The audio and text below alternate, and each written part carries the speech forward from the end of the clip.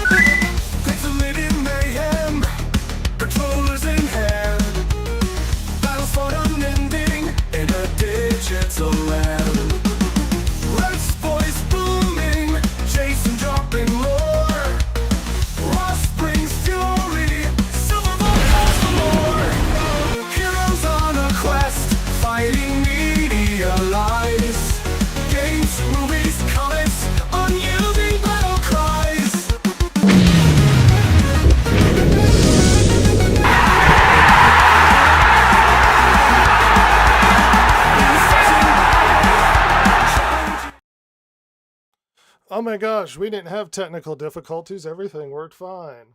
Yep, that's true. Aha! Mr. Beast intro and such. Original.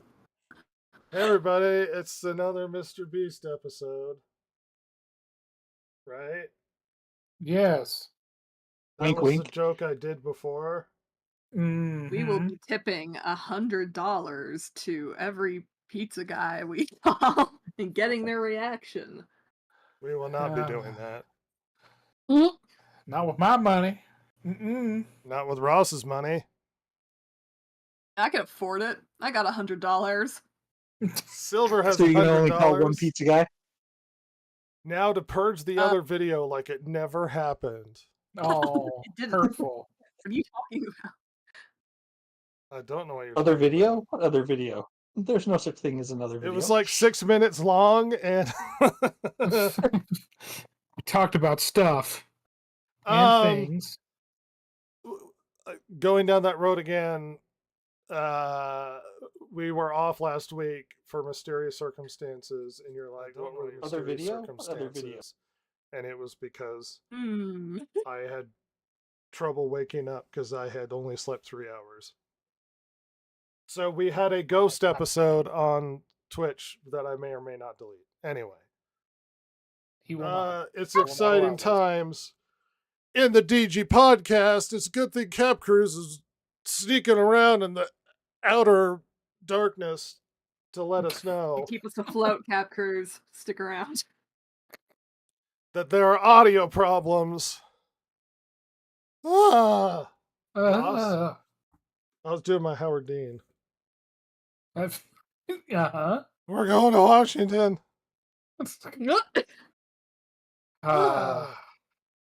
Ruining your career just with a stupid yell. Being overly enthusiastic. What a fool. Oh my gosh. Yeah, that scream, I remember.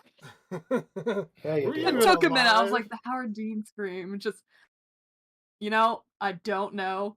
But it's just like, we're going to Washington. Ah. Ah! The scream that ended his campaign. It did. It really did. It ended him in the primary. And poetic. And we love it, Cap Cruise. Goodness, it might feel like that there's a huge amount of content to talk about because we weren't heavily active for the last week.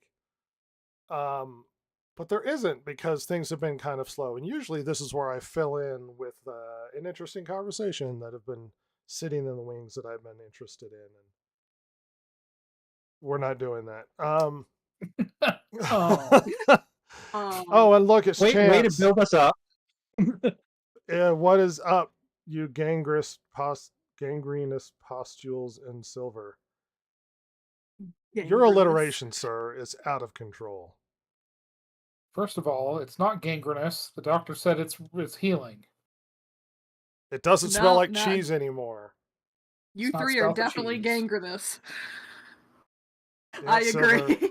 I'm sick of you. I'm going to kick you off of Well- this podcast. I'm just Dunzo, gone pal. from then on.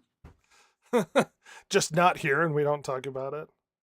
People try to ask, and we just go, "Who? Huh?" I don't know what you're Who? talking about. Huh? You know, your diversity hire. Where'd she go? Kaiju monster. I don't know what you're talking about. She's here.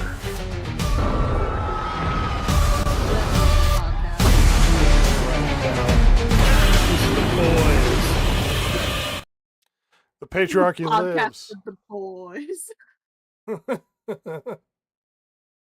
I gotta fix this. Start. Man, There we we're go. super professional.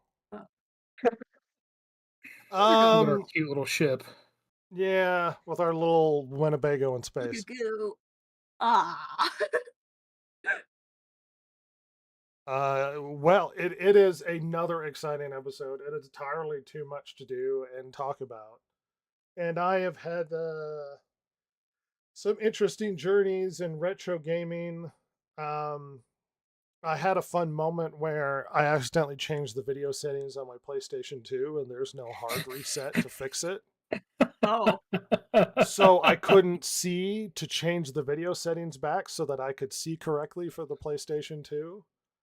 So I had to look up a guide on what exact buttons to push and which directions to go to get to the menu without being able to look at the screen. So that was fun.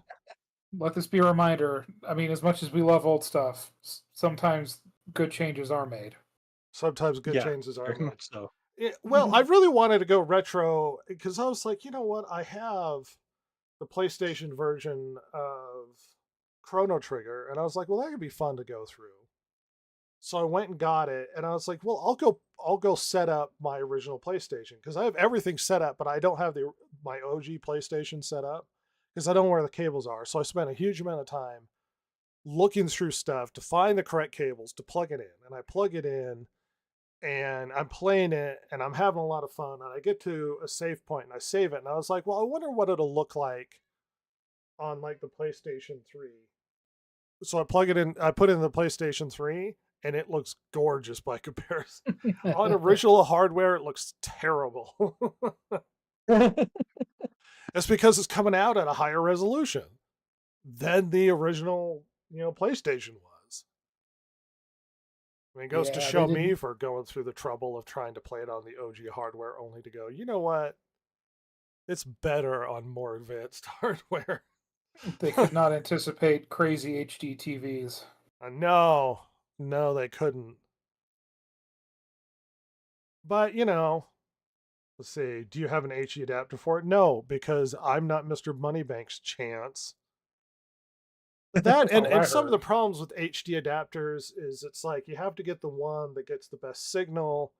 So oftentimes HD adapters upscale, which is not necessarily what you want to do. But if you want to get a more cleaner signal, you're probably going to have to spend more money. And I'm not going to modify my consoles because I'm not a psychopath. But I am. Ross is a psychopath. No, not really. No, I don't have an HD adapter for it. And to do it correctly would be more money. But it works on the PS3. Watch random anime, some of it good, some of it bad. Yeah, a little bit of Final Fantasy, a little bit of retro this last week or so. Jason, Very nice. what have you been up to? Well, my dog did a very cliched thing. She chased a cat up a tree. The thing is that we didn't know for 2 days. Oh, Yeah. She was barking one day, and she usually doesn't bark. So I go out and I check on her, and she eventually quiets down. And I don't think anything of it. The next night is the same thing. Only this time I stay out a little bit longer checking on her. And that's when I hear the meowing. no. And we had a cat up in our tree, like 25 feet up the tree, and she wouldn't come down. Yeah. It turns out it was our neighbors, and they came over, boosted their 14-year-old up in the tree, and the cat at that point felt safe enough to start climbing down a little bit. Otherwise, we didn't have a ladder long enough to get up to where she was. But yeah, she was okay. Way to be like the Poor rest of the cat. dogs. And Other than that, I mean, just watching some anime, watching some really dumb movies on YouTube. I'm trying to remember. They were so memorable that I can't even remember what the movies were. as is normal life, you just go through the routine and find stuff to entertain you. Because it Yep. smells like Teen Spirit. Only the best. Ross, how's it going there, Buggo? Oh, well, champ, pretty good. I mean, okay, just I mean, okay. chilling. Eh, Well, I Annoyance downgraded at for work. pretty good suddenly as I second thought about that. yeah, I thought about it, and yeah, it's fine. I mean, it's fine. But yeah, watched an old movie with the girlfriend, like from the 30s, about it's a rom-com about a lady running away with a magician man. Because magicians were considered attractive at that point. Well, I think what it is, the Well, they used to star. wear tux and tails, yeah. Yes, he did, and I think the star. I can't remember his name now, but he was an actual magician. So it was a vehicle for this gentleman. I mean, if It wasn't- Brad Pitt was a magician, how many women do you think would run away with him to help him do card tricks? Oh, All of I them. think most. Yeah, I think most. Silver. Oh yeah, you know me, Brad Pitt lover. Mm-hmm. Well known and documented. Documented. Oh yeah. Recorded on. But yeah, also beat the Battlefield 4 campaign. It fucking sucked. But yeah, I remember it's- you talking about it while I was sitting there and being like, "It's not good." No, it's really bad. Actually, it's really stupid. I remember 3's being better, and I'm scared to test that theory. But yeah, it's good. Been playing Battlefield 4, and it's in anticipation of Battlefield 6. It's good times. And Chant Did you go to says, that? "Wait, what was from the 30s? The movie or the girlfriend?" Oh snap! No, oh, Yeah, Was I'm that gonna you? adjust this. That was at the Colonial ice cream shop this week. oh yeah. Yeah, Or the we've week done I that. thought I Before. saw you there. I wasn't sure. I just kind of saw you from the back and the side. Jason me? is known lurker. Yeah, you. Oh, maybe was I with people? Yeah, Yeah, there it was might a have been guy me. with a mustache Yeah, and a lady with blonde hair. yeah. That's my girlfriend, and that was my buddy Cameron. Yeah. Why didn't you say something, or did you? And I'm deaf. No, I wasn't sure it was you. I Oh, didn't want fair to say, enough. "Hey, Ross." Just have some random guy look back at you like, "What the hell are you talking about, pal?" Yeah. When I used to, especially older women, but I do it to younger women. If I see somebody I know in a grocery store, I walk up behind them and try and steal their purse. Oh my god, Brett's just gonna be shot dead in the grocery store. I one usually day. see a shock look as they grab the purse and turn, and they go, "Oh." Oh my god. Joke's It's on only- you. I don't wear a purse. It's Ha only ha! people I know. All right. Uh, I just grab That it and is- try and run. that is hilarious, Rat. That is. You're gonna end up getting pepper sprayed or shot or something. I swear. when I used to He'll set off somebody's alarm. when I used to work at Walmart, people would sometimes be paranoid about some electronic thing would go off if they go out the door, and Oh, I'd yeah. be like, if it does go off, just run, because that way they know you bought it, That's how they'll know. and they never know how to Back- respond. Back in the early 90s, they opened a new library near my house, and they put in new sensors and scanners by the door, so that if you were trying to leave and you hadn't checked out your books, the door would slam in your face and you couldn't get out. And so God. the library had only been open for like a couple of, like maybe a week. So I go there and I check out some books and I start to walk out the door and the door slams in my face and the alarm goes off, tell me to go take my books back to the desk. So I go back to the desk, the librarian does all the little scanning things, and I try to leave again. Voop, the door slams in my face again. And I'm like, oh crap. So then I go back to the desk, she does the little things again, and she tells me straight faced, if it happens again, just run. Library security is better than Walmart security. Yeah, good lord. I was thinking you could probably go through the door and then tie it to a string and then pull it really quick behind you. That way, at least you're on the other side. Oh, yeah. Yeah. Yeah.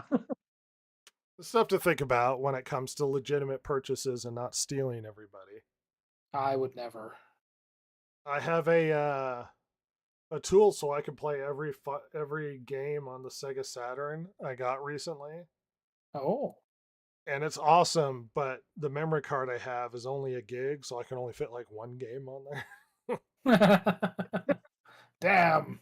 So I have the entirety of NBA Jam for Sega Saturn on my one disc or my one memory card. Freaking game is harder than I remember. I used to be able to be on fire a lot easier than I was before. It's a joke. Yeah, What, Ross? I was just gonna say it happens. You return to something and you go, oh god, no. You lose the magic. Yeah, well, and you realize you're now old and your hand-eye coordination's terrible. Yeah, I mean, I've never been good at like platforming or whatnot anyway, and so it's like as you get older, you're getting worse. It's like I was never good at it in the first place. I was okay at Mega Man 2. I could get past all of the bots and I could get to where you were fighting Dr. Wily. I couldn't actually get to him. But yeah, that was about the only one I was halfway decent at. Well, goes to show you, Mega Man. Jason's alive, but your franchise. Well, I picked up Mega Man 2 again recently. Yeah. I picked up Mega Man 2 again. It's been within the past 5 years. And I couldn't get to the end of a stage. Oh. It was so depressing. That's a big bummer. Well, time to end it all. Moving on. There's been a lot of... Am I using this? I think I'm using this. So I didn't want to do this. I hate doing every other podcast is talking about this issue or this article or whatever, and we're going to talk about it. I want to talk about whatever's more interesting that comes out that week. But the problem is this is the interesting thing that came out this week, so we're going to have to talk about it. So it feels like you've heard 40 other podcasts have a conversation about this stupid Variety article. You're probably correct, because that's the more interesting thing to come out this week. Is this Variety? It's the end of August. There's not much coming out right now. We're kind of waiting until the beginning of the next quarter to really see any movement on a lot of stuff. I know there's a lot of big games and things that are coming out beginning of next quarter, so it's understandable that there's not much going on right now. Gamescom, and I saw an article. It's like the 6 announcements at Gamescom. Like there were a couple of games. One of the announcements listed in the article was this company came out with new headphones. I was like, this is an announcement at Gamescom. Oh, that's pretty sad for Gamescom. Yeah. Well, one, they could only come up with 6 items, and one of them, well, actually 2 of them were basically products, like headphones or some other such thing. Mm-hmm. I was like, what is this? That's pretty bad. This is the best you got?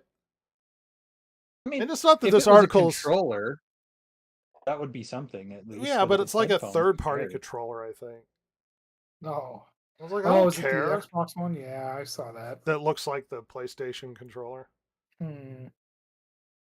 At any rate, it's not that this article is not interesting. It's just I hate retreading ground and I hate having the same conversation other people have had. So prepare yourselves to make more interesting commentary. Why does this always reformat the stupid? I like that you're getting Spanish advertisements, Red. Famous Oh, Spaniard. For Lincoln. El Oh, evento de verano de Lincoln. Rhett, the famous Spaniard over here. Disfruta de un verano sin igual. All right, chill out, Oh. Ross. Oh my gosh. Variety article, you suck. I wonder why people don't use websites anymore. It's really weird. Help. Oh, my cat crop dusted me. Oh, gosh. No, you must live with it. You deserve it. Why? All right, so in a shocking turn of events, Disney is apparently have boy trouble, which sounds more inappropriate. Scandalous. Yeah. Ooh. Disney was trying to date someone, and he just wanted to be in the friend zone. To read the article, leadership at Walt Disney Studios has been pressing Hollywood creatives in recent months. Multiple sources tell Variety for movies that will bring young men back to the brand in a meaningful way. Young men defined as 13 to 28, aka Gen Z.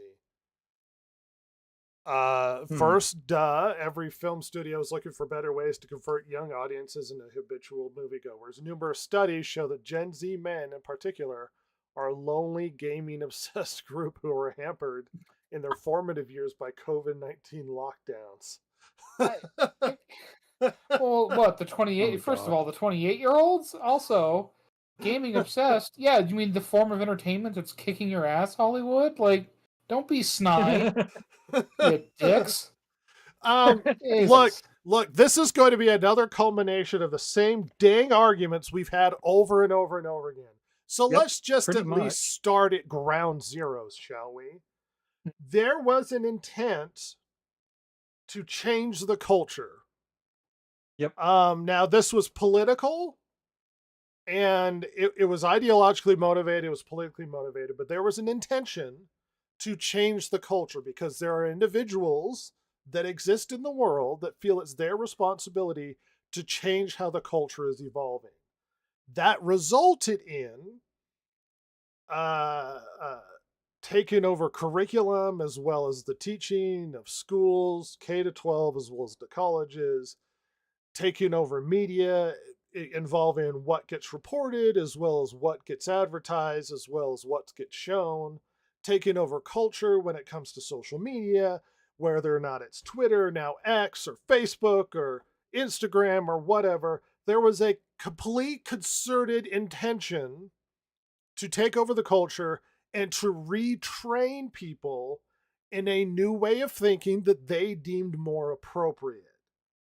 This was deliberately done. Now, when it comes to movies and video games and pop culture, this idea became infested, and basically their conclusion was, well, the reason why men are bad is because they're not being shown the way we want them to be shown so that they'll change their minds if we inundate them with certain sorts of media and whatnot. And so when they went into the culture, they started to take over male-dominated brands and content and whatnot. And this, a lot of the Gamergate came out of this anger over the changes that were happening in things that they liked. The rejection of comic books was because they were changing comic books in ways that they didn't like. They started to change the culture. They were taking traditional characters and they were modifying them into a new political mindset where they had to present in a different way or be ashamed of their masculinity or whatever other such bullshit that exists that existed at the time. The problem is this became essentially wholly disregarded and rejected. video games that were trying to force people to change into this sort of woke, if you want to call it that, mindset, were rejected. They were losing money. People weren't buying them. Games were getting worse. The culture was getting dumber. Movies started to get worse, to get dumber. People stopped going to the theaters. They stopped seeing and you might go, oh, well, COVID and stuff. It's like, they took, look, when they initially bought Star Wars, they deliberately said that Disney was a female brand and they were trying to open up their horizons to add more men to their audience. That was the deliberate intention for buying Star Wars. That's why they bought Marvel, is because it was a male-dominated brand and they wanted to bring it in to bring more men to Disney. Instead, what they did is they took these male-dominated brands and they made them more female. And men fled the brands. In a bafflingly shocking turn of events that no one could have predicted, people stopped watching their bullshit. People didn't want to see Star Wars that made men look pathetic, and they didn't want to see Marvel that made men look pathetic. They stopped buying the comics. They stopped playing the games. They stopped consuming their content. And then now Disney is sitting here confused, utterly baffled, and walking around Hollywood looking for IPs to purchase that will attract young men when they have some of the biggest male-dominated IPs in the world, and they blew it. They utterly blew it. They chased men away, told them they were pathetic and losers, and they don't want to watch it. Their assumption was, because they have no respect for this sort of content, that if they put out nerd stuff, that people will just eat it anyway. And they didn't realize that people aren't just going to eat it anyway, and that they'll just stop watching. And we stopped watching. And Disney's been hemorrhaging money ever since. And DC's been hemorrhaging money ever since. And this is across the board. You can't politicize everything and then get surprised when people are like, well, I don't like your politics. Why is this surprising? Well, it's one of those. It's like you said. They have no respect for the original content, and they think that by just releasing anything under that brand name, that's all they have to do. Yeah, that's all they have to do to retain the audience, and that's what surprises them. They're like, oh, we thought you were loyal to this brand. Why are you fleeing? It's like, well, you've made this into something that's not the brand. You've changed it, what it actually used to be, into what you want it, not what we have come to want from that brand. And I think that's the major one of the major issues, is just that lack of respect, and that the I don't know, the expectation that our loyalty is a given, already bought and paid for. Yeah. Well, it's good. I mean, you're absolutely right. They don't understand the brand. It's like, well, it's Captain America. Why don't you go see Captain America? It's like, because that's not Captain America. Not only that, but you have a quintessential problem in not understanding who Captain America is. You don't understand the character. You don't understand his motivations. That's why Endgame was bad compared to Infinity War that was good. It's because Endgame had its problems. It did. I mean, even Endgame's Captain America felt off. Like, he didn't feel like Captain America. And you can't just replace the character. It's not a brand we're loyal to. We're loyal to the characters and the stories, as long as they're represented accurately and as a heroic character. It's like if Spider-Man suddenly came out and he's like, I'm still Spider-Man, but now I'm gay and I like men and I'm going to change the colors of my costume to be representative. And it's like, oh, why aren't people watching it? Because you're changing everything about the character. The reason Yeah. why we like the character has nothing to do with the fact that it's a guy who swings around and does spiders. He's heroic. It's Peter Parker. It's all these other things. You can't just replace these characters and then think it's fine. It's because you don't understand what you're playing with. You can't just change things and then be shocked when nobody. I mean, that Bo DeMayo tweet recently when he was talking about sitting in a room with Disney executives, with the Marvel executives, and being like, "Oh, they don't like superheroes very much." It's like, this is why. Yeah. You don't understand these characters and you don't even like them. You don't even like these characters. Well, how many of the directors and writers and whatnot have we heard when they were asked about how it was to work on this or how it was to do that? They explicitly said, "I told the writers and the actors and everyone involved, do not read the original material." Or they said, "Oh, it was fine. I didn't like it. Uh, I didn't like this material when I was younger. I didn't even read it um, for my my part in this movie." That's what makes it really feel to the fans like they're not taking us seriously. And what really made projects like The Witcher, when Henry Cavill was involved in it, what made it good because we had somebody that was involved in the project that cared about the source material that it was coming from, and actually stepped in and said, "No, no, no, we need to honor the source material. We need to adapt the source material. We need to not put our own ideas and things into it." Well, And I and can't tell you how many times I've heard, especially with the Rings of Power, that they said, "Oh, we went back to the source material." I was like, "No, you didn't. It's obvious you didn't." Or at least if you did go back to the source material, you thought, "Well, this source material is crap," and you did whatever the heck you wanted. And we're like, "Well, we can see that." it's just dishonoring the original and then being shocked that people don't like.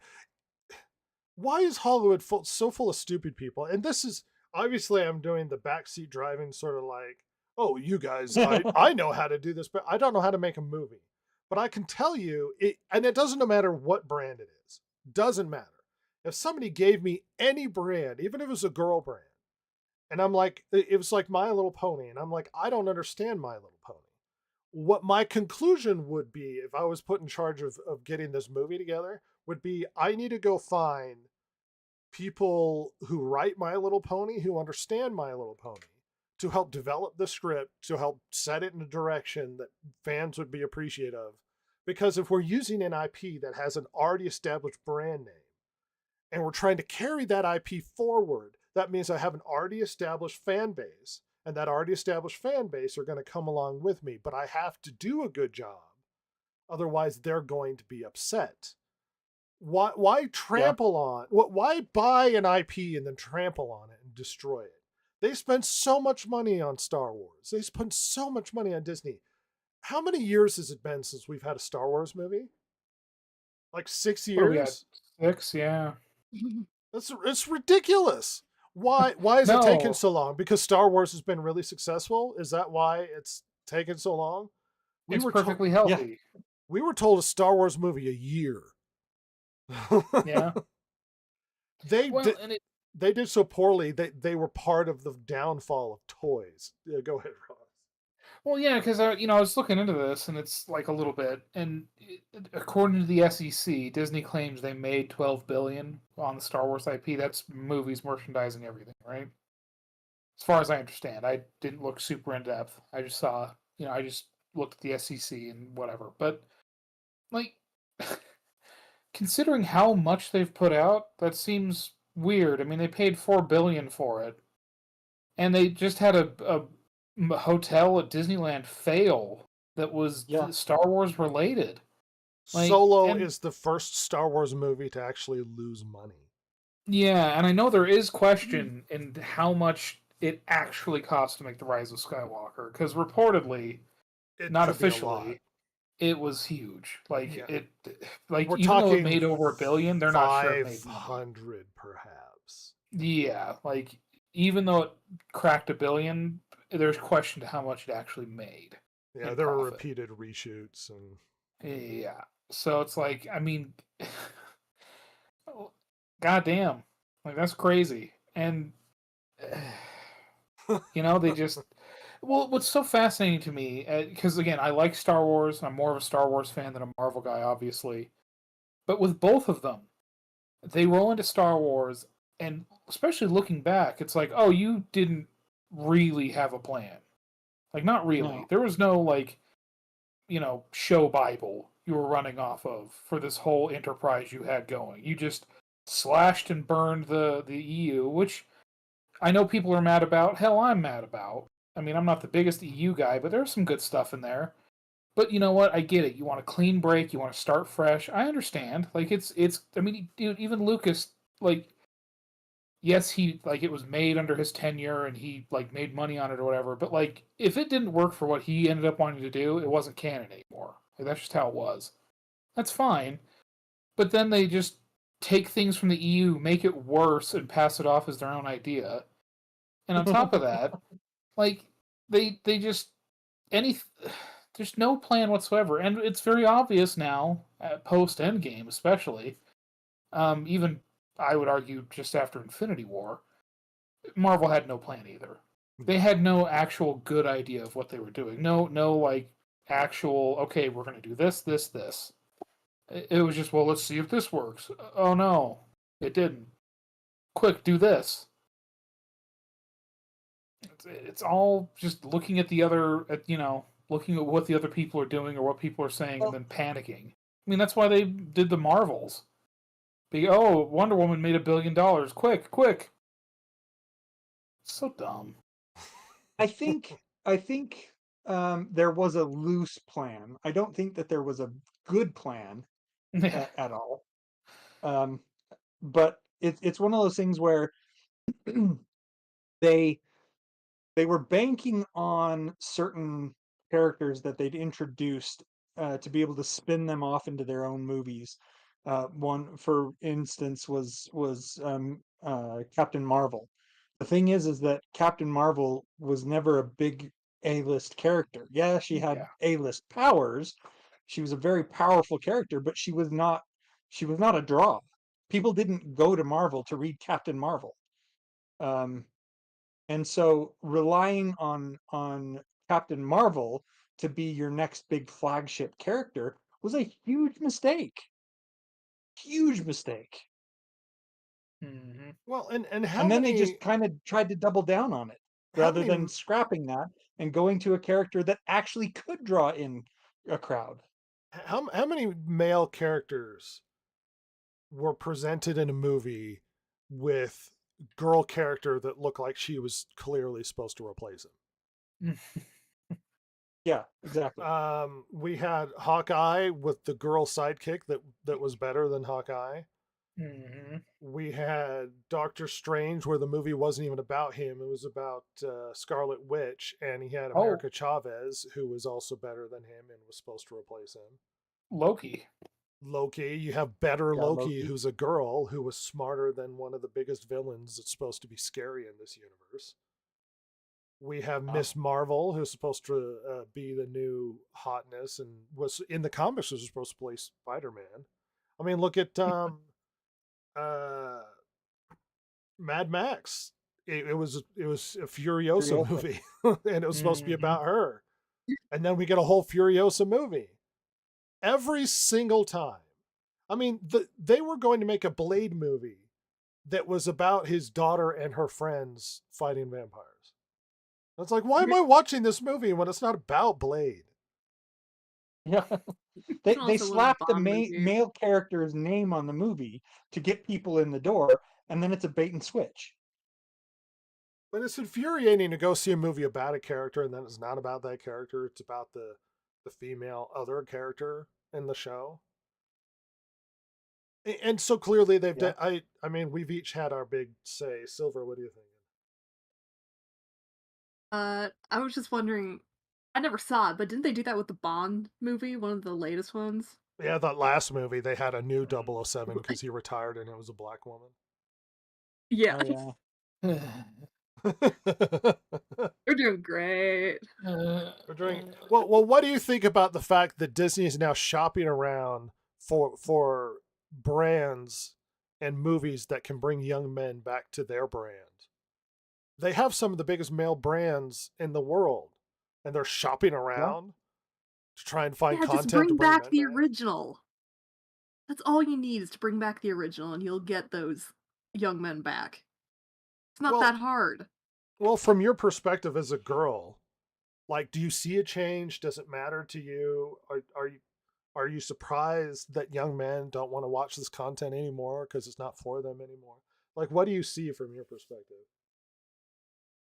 I'm not shocked. They don't want to watch it.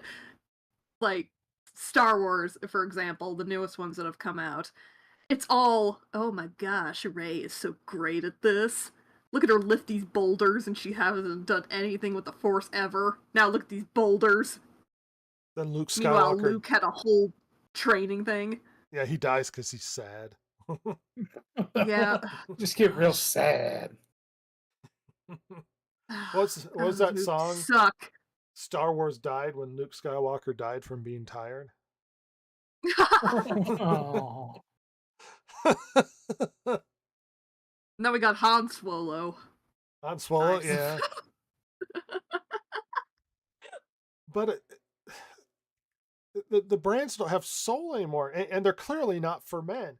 For a brand that wanted stuff to attract young men, they took those brands and made them more for a female audience, Well- and then the male audience left.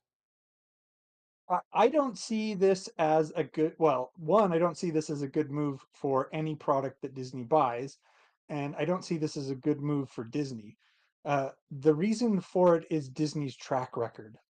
They have, as you said, they have two of the biggest male brands under their belt.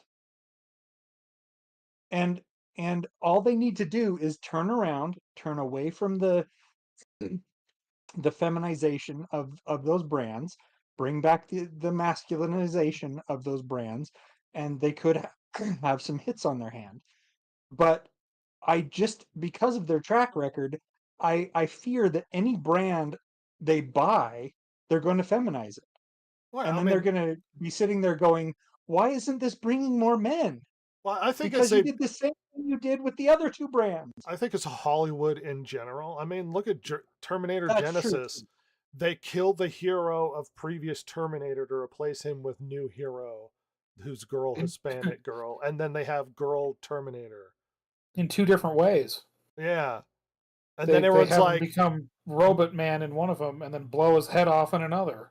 well, and didn't the director be like, well, all these men complaining, it's like this, it's not for you, and then men didn't show Yeah. up, and then we saw the articles of why aren't men seeing the new Terminator. Because you told us not to. Well, and Well- it's like they don't understand men. They don't no. get. They think, well, men are stupid. Large explosions would be good. Monkey brain, and it's like that's not how we function. Well, and That's I only mean, part of the way we function. Come on, at least admit a little bit that yes, we do like the big explosions, but there has to be story behind it.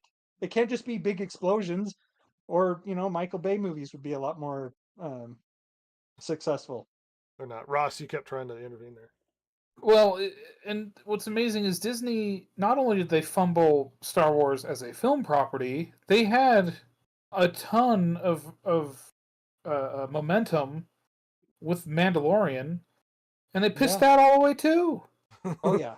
It became the Grogu show. Let's be honest. My God, I mean, how do you do that Well- twice? It's incredible.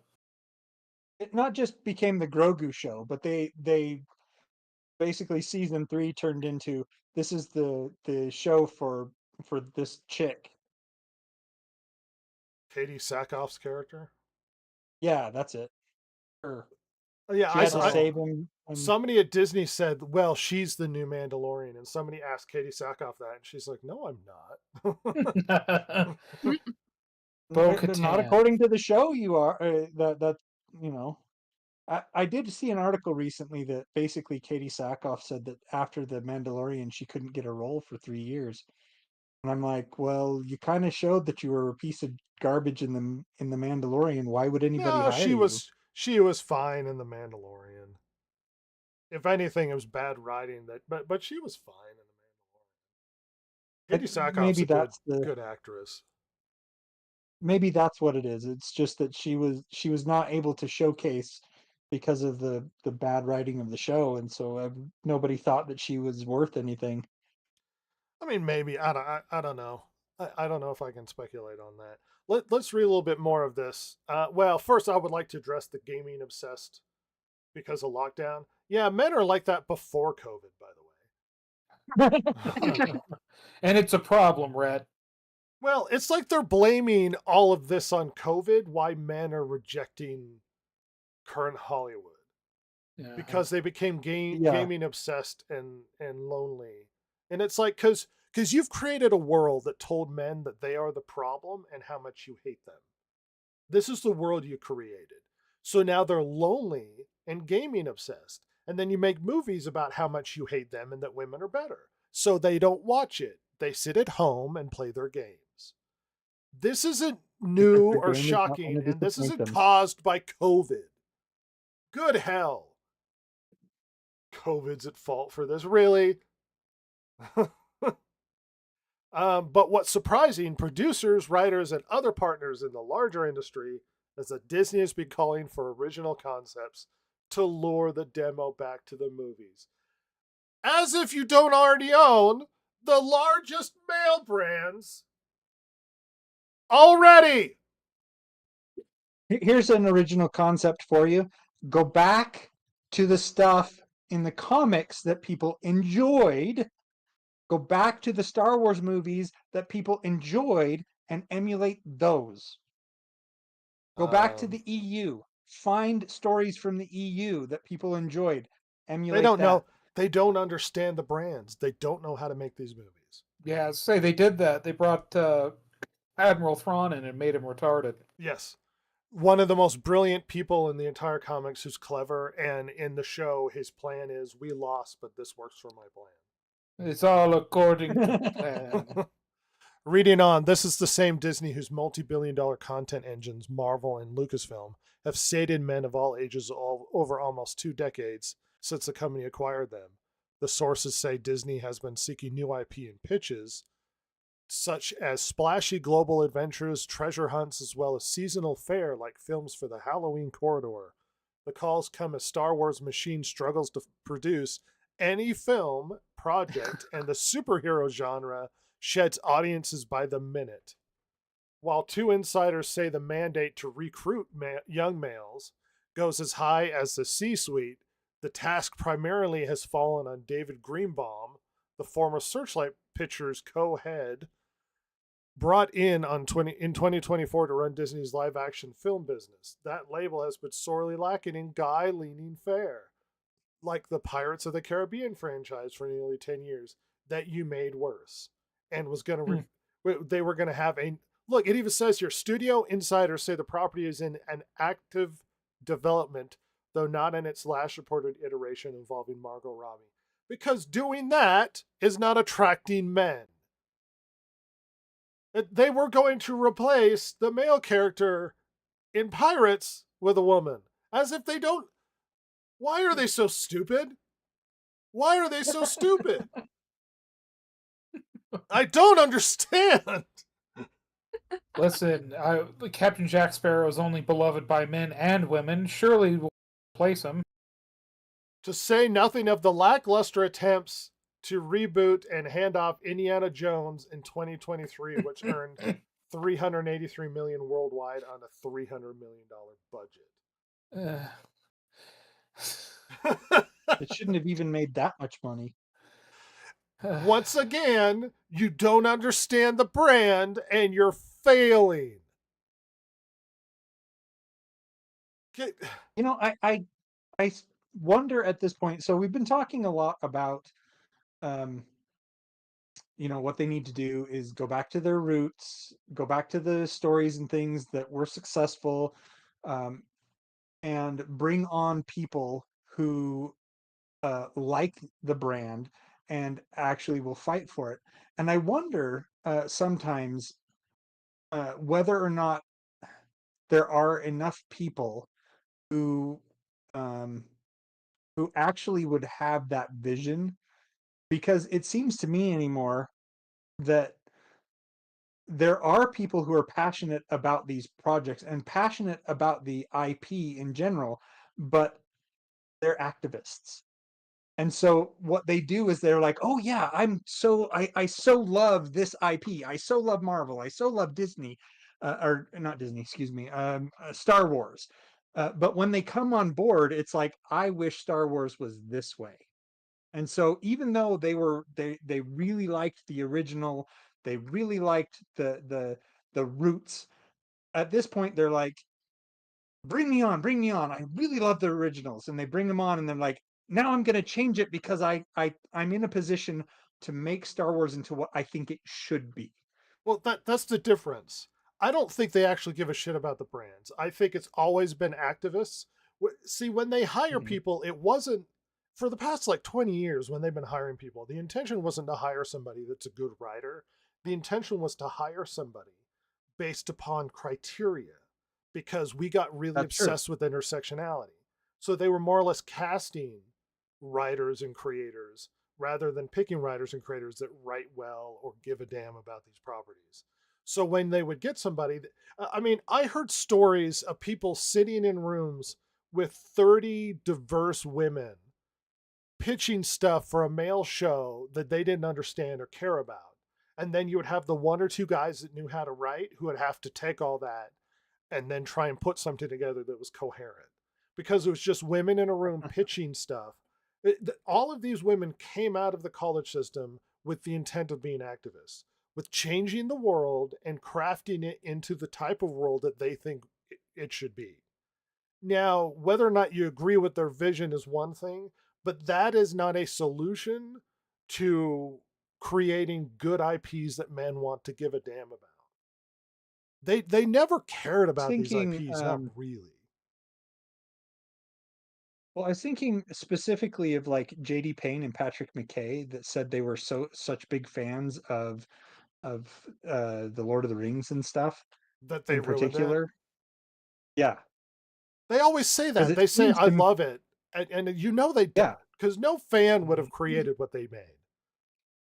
Well, and like I mean, we see this in gaming where like when 343 Studios took over from Bungie on Halo, they specifically said that they said, "Well, we hired people who didn't like Halo because we want to take it in a different direction." And Halo's never been relevant since. Only to No. laugh at, all the bad decisions they make. And we see people who have genuine passion for like either the medium or even the brand or the subject matter get pushed aside for a bunch of crap. I mean, remember Genndy Tartakovsky was going to make a Popeye movie, animated Popeye movie. Yeah, that's that'd been gone. interesting. That ain't ever happening. Hotel Transylvania 2, get on it, Genndy. Like they just can't help themselves. And No. and when he is allowed to do stuff, he makes cool stuff like Primal. So it's like, And Primal's great. Primal's great. Hey, kids, you like Conan? Well, here it is. Like, it's just like Conan, basically. Fucking rocks. Oh well. The feminizing of the industry has resulted in men leaving it. And if you're a Yeah, fan of the feminizing of the industry, then great for you. But when you sit around going, well, Hollywood isn't doing well, because you need guys, you need their money as well. You can't just change everything and then be shocked when the industry fails. Believe it or not, we all exist in this world, men and women, and you do need to make movies that men like, just as like you need to make movies that women like. I saw yeah. a joke on Instagram where it was something like, if men did to like women movies what women are doing to men movies, and it's like romantic comedy where a guy. Basically, the whole movie is the guy getting a gun and shooting people and explosions in the background, and it's just like this is a weird rendition of Sense and Sensibility. That rules. Have Michael Bay version of Jane Eyre. Eh, Absolutely. And you know what? This isn't just Hollywood that this happens in. I mean, there's like the question of why aren't men reading fiction?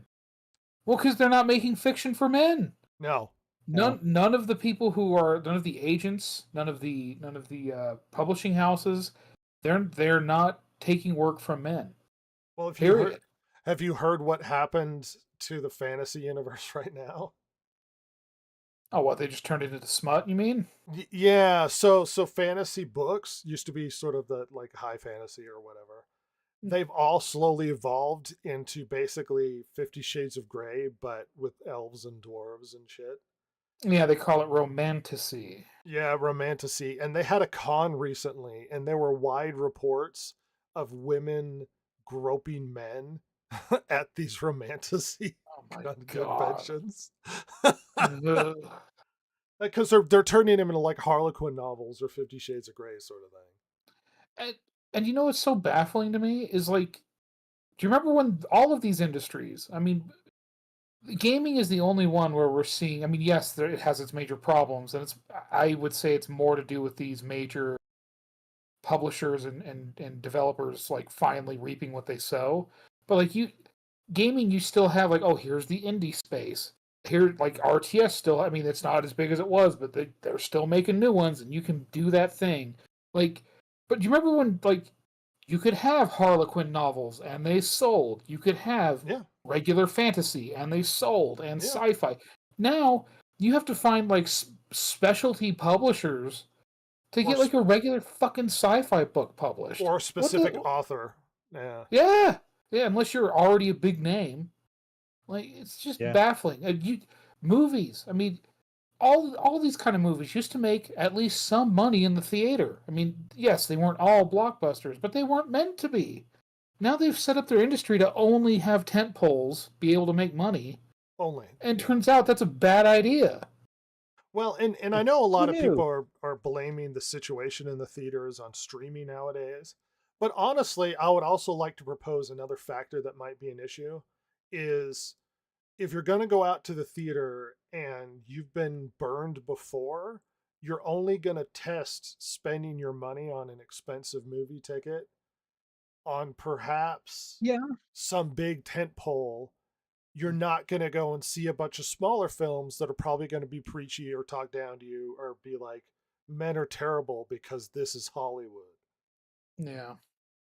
Well, Well, I and it's mean- like a great irony. Like they in the search for diversity, they've undiversified the film industry Yeah. because now the only thing that can get made are big tentpole movies with any sort of budget. Yeah, they have to be massive Hollywood movies to even get attention. Yeah, and if you want to make a cheap movie, it better be a horror movie. It better be. Yeah. Like that's it. That's all you got. Otherwise, go to streamers. That's all you can do now. Thanks, Oh, Cap Cruz, for your comment there, by the way. Gross romantasy is like cotton candy. Bad for you, too sweet to handle, and lacks substance. well, and it's not even that I care if it exists. I mean, it's gross, but it's like fine. But the fact that they're just Yeah. co-opting other brands and destroying the fact that fantasy even exists anymore. Yeah, it's crazy. Considering it was No. made by Robert E. Howard and Tolkien. Yeah. Yeah. Let's read a little bit more. Let's see the overall, but more isn't. Let's see. Greenbaum recently hired Daria Sarek, whoever the savvy former Paramount Pictures chief, to assist in the effort. Greenbaum is beloved by talent as largely exists as prestige. Let's see. Sonic the Hedgehog, A Quiet Place, A Smile. Some think the push for this demographic is simply Greenbaum trying to put his stamp on live action. No, they know there's a problem. It's just here's what plays with this. Built-in interest is not nearly as guaranteed for such an audience, which propelled Warner Brothers a Minecraft movie to nearly $1 billion haul. That was a game Gen Z played as very small. Well, everybody played. I don't think they understood Minecraft. I don't think they got No. it.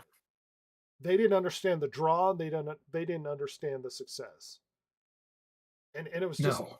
utterly confusing to them. Yeah. Catherine says, I mean, I know Brandon Sanderson is still cranking out novels. Yeah, I mean, that's what he does.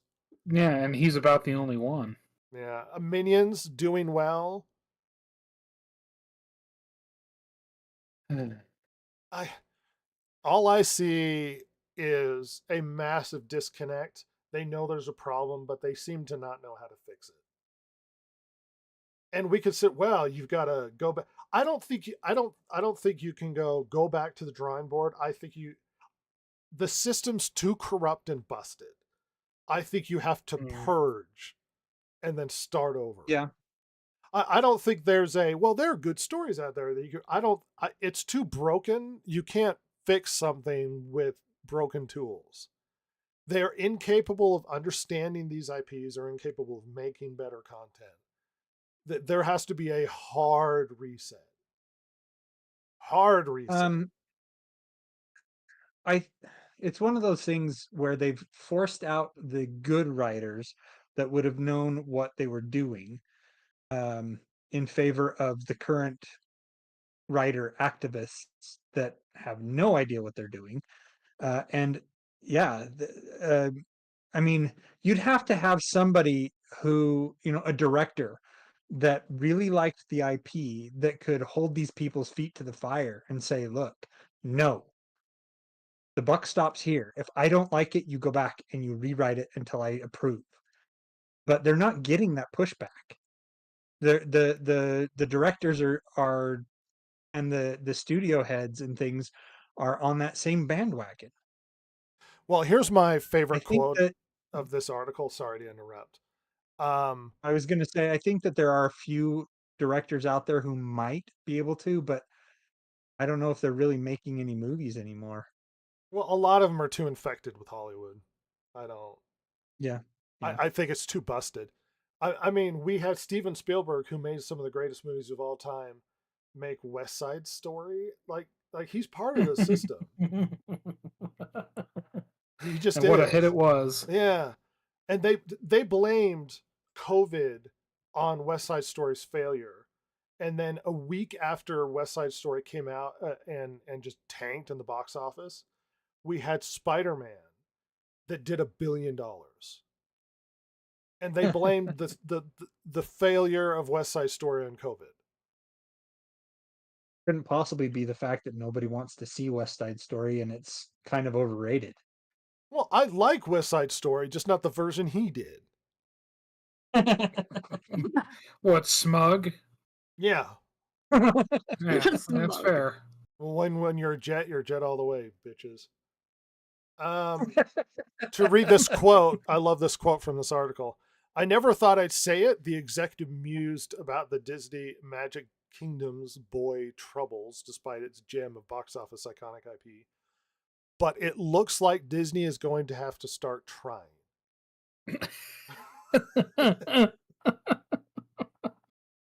Well,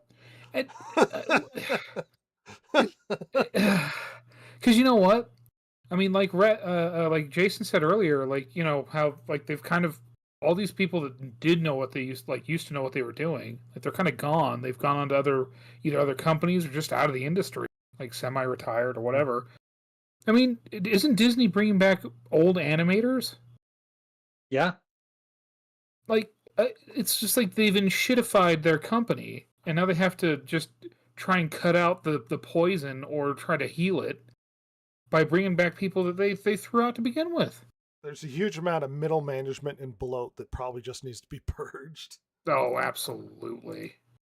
Well, the thing is that let's say Disney decides, you know what, we need those guys back because we're tanking and we need to get these people who were actually involved with the hits, with what was making us a ton of money. Would you really trust Disney to take you back? Because as soon as Disney starts making money again, are you going to trust Disney to have your back, to have your best interest at heart when they did this to you before? Why would you go back? Yeah, I mean, you owe Disney nothing. No. I'm You going to don't. readdress this Bodemayo poorly formatted screen here. So if you recall, he talked about working at Disney. He says, you sit and talk about craft and story characters only to have Kevin Feige and Lou say, yeah, well, all we need to do is make sure it's fun. For the previous paragraph, you're even told not to try and pitch ideas from comics because Lou isn't a big comic book guy and it'll turn him off. There's no spark, there's no vision. Marvel is a slaughterhouse factory where you watch fresh meat get spoiled as it slowly makes its way through the assembly gears of mediocre thinking and this weird hatred for their product. This is why Robert Liefeld isn't just some bitter old man. Talking about the comic book writers is met with open contempt. I had to fight to get Lewalds involved in X-Men 97, and even then, the dismissive news with which Dan Vasquez Ebhart spoke about them, basically telling me that the OG creators were meant to be seen and not heard to appease fans. I wanted to co-write an episode with them, and that was Dana's response. I even remember wanting to talk to Chris Claremont and being shut down, or wanting Joe Madureira, sorry, I can't pronounce your name, to do posters, just as I was scolded for being too friendly with fans or coming off too much as one. This was in a meeting where I was pitching that we could use Blade as a chance to pick up the dangling thread from Doctor Strange. When it came to Wakanda and the Darkhold, we could use Varney and Darkhold cultists. To Kevin's credit, he liked the idea as well as my pitch that magic is to Blade what snakes are to Indiana Jones. He hates magic, but Lou felt it was too comic book. While Marshala dumped on there being magic in the film tonally, and then I watched as them and Nate Moore picked it apart, and we were off to a new draft. It's a broken machine. And so I could see where Matt and his team probably had great ideas, only for Marvel's arrogance to destroy them. They don't like these brands. No. They're not interested in these brands. They just wanted to make it silly and campy and fun. And they're failing the content that they've purchased. And now that it's not working, they're sitting there shocked. Like it feels like I've had this rage-induced conversation so many times in this podcast. It's been a recurring theme, I think. Yes. Yeah, it's not just Disney and Marvel. It's everything. It's every stinking brand across the board. Hey, we're failing. Men aren't watching our content because we're making it about women or we're making it not interesting to men. We don't like the stuff you love and we're going to ruin it and make it embarrassing and stupid. Why aren't you watching our shitty content? I'm so sick and tired of how stupid this all is. Learn how to make a stupid movie. But that's hard. I don't want to do that. Just watch the thing I make. It's easy to make a crappy movie. It's hard to make a good movie. Why don't you just settle for my mediocre? I would argue it's easy to make a mediocre movie. Yeah. To do the base level, to honor the characters and not screw it up, and just make something that's mediocre, it's probably not that difficult. And I can't get not my for the message company like out Disney, to no. people.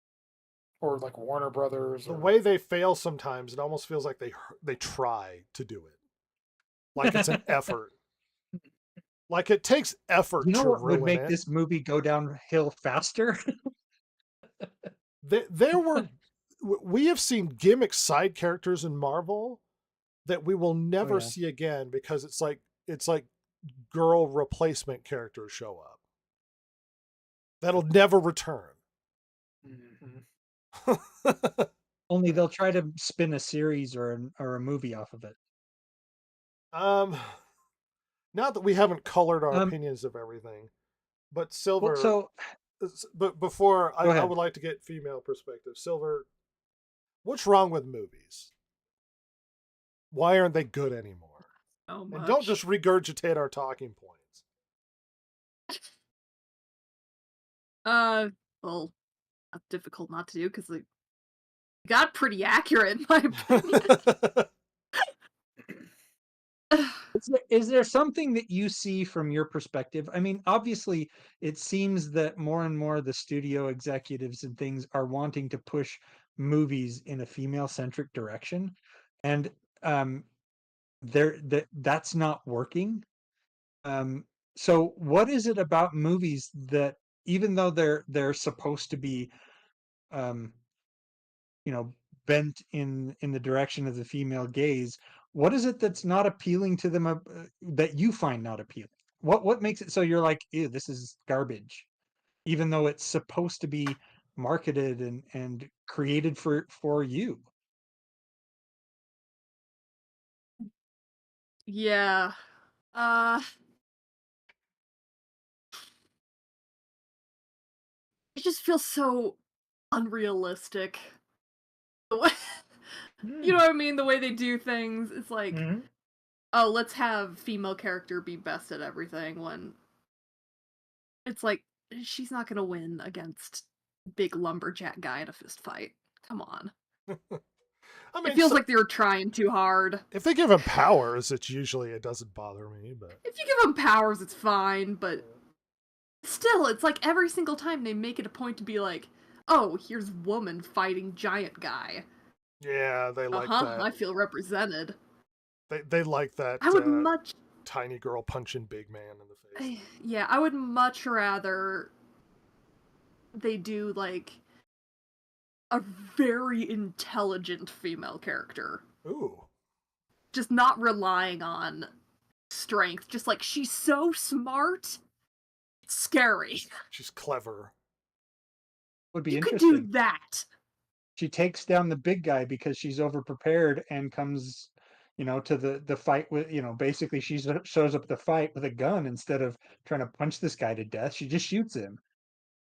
Like, can you imagine something? Maybe she's part of a team, like a movie where, say, they're gonna pull off the biggest heist of all time, and she's the brains behind the operation, breaking into everything through, I don't know, coding or whatever. I think that would be cool. I mean, It would be. yeah. It's funny. I mean, and it doesn't have to be superheroes, but it's like, in general, movies seem to be failing. Yeah. And this is just an indication that Marvel knows there's a problem. We need to attract young men back. And it's like, really? Really? Really? You push them away, they're never coming back. No. You said don't watch our movies. It's about women now. Remember the whole Force is female? And it's No. like, Oh Yeah, my yeah. gosh, I forgot yeah, and about everyone that. was like, okay. And then they're like, men aren't watching Star Wars. It's like, uh-huh.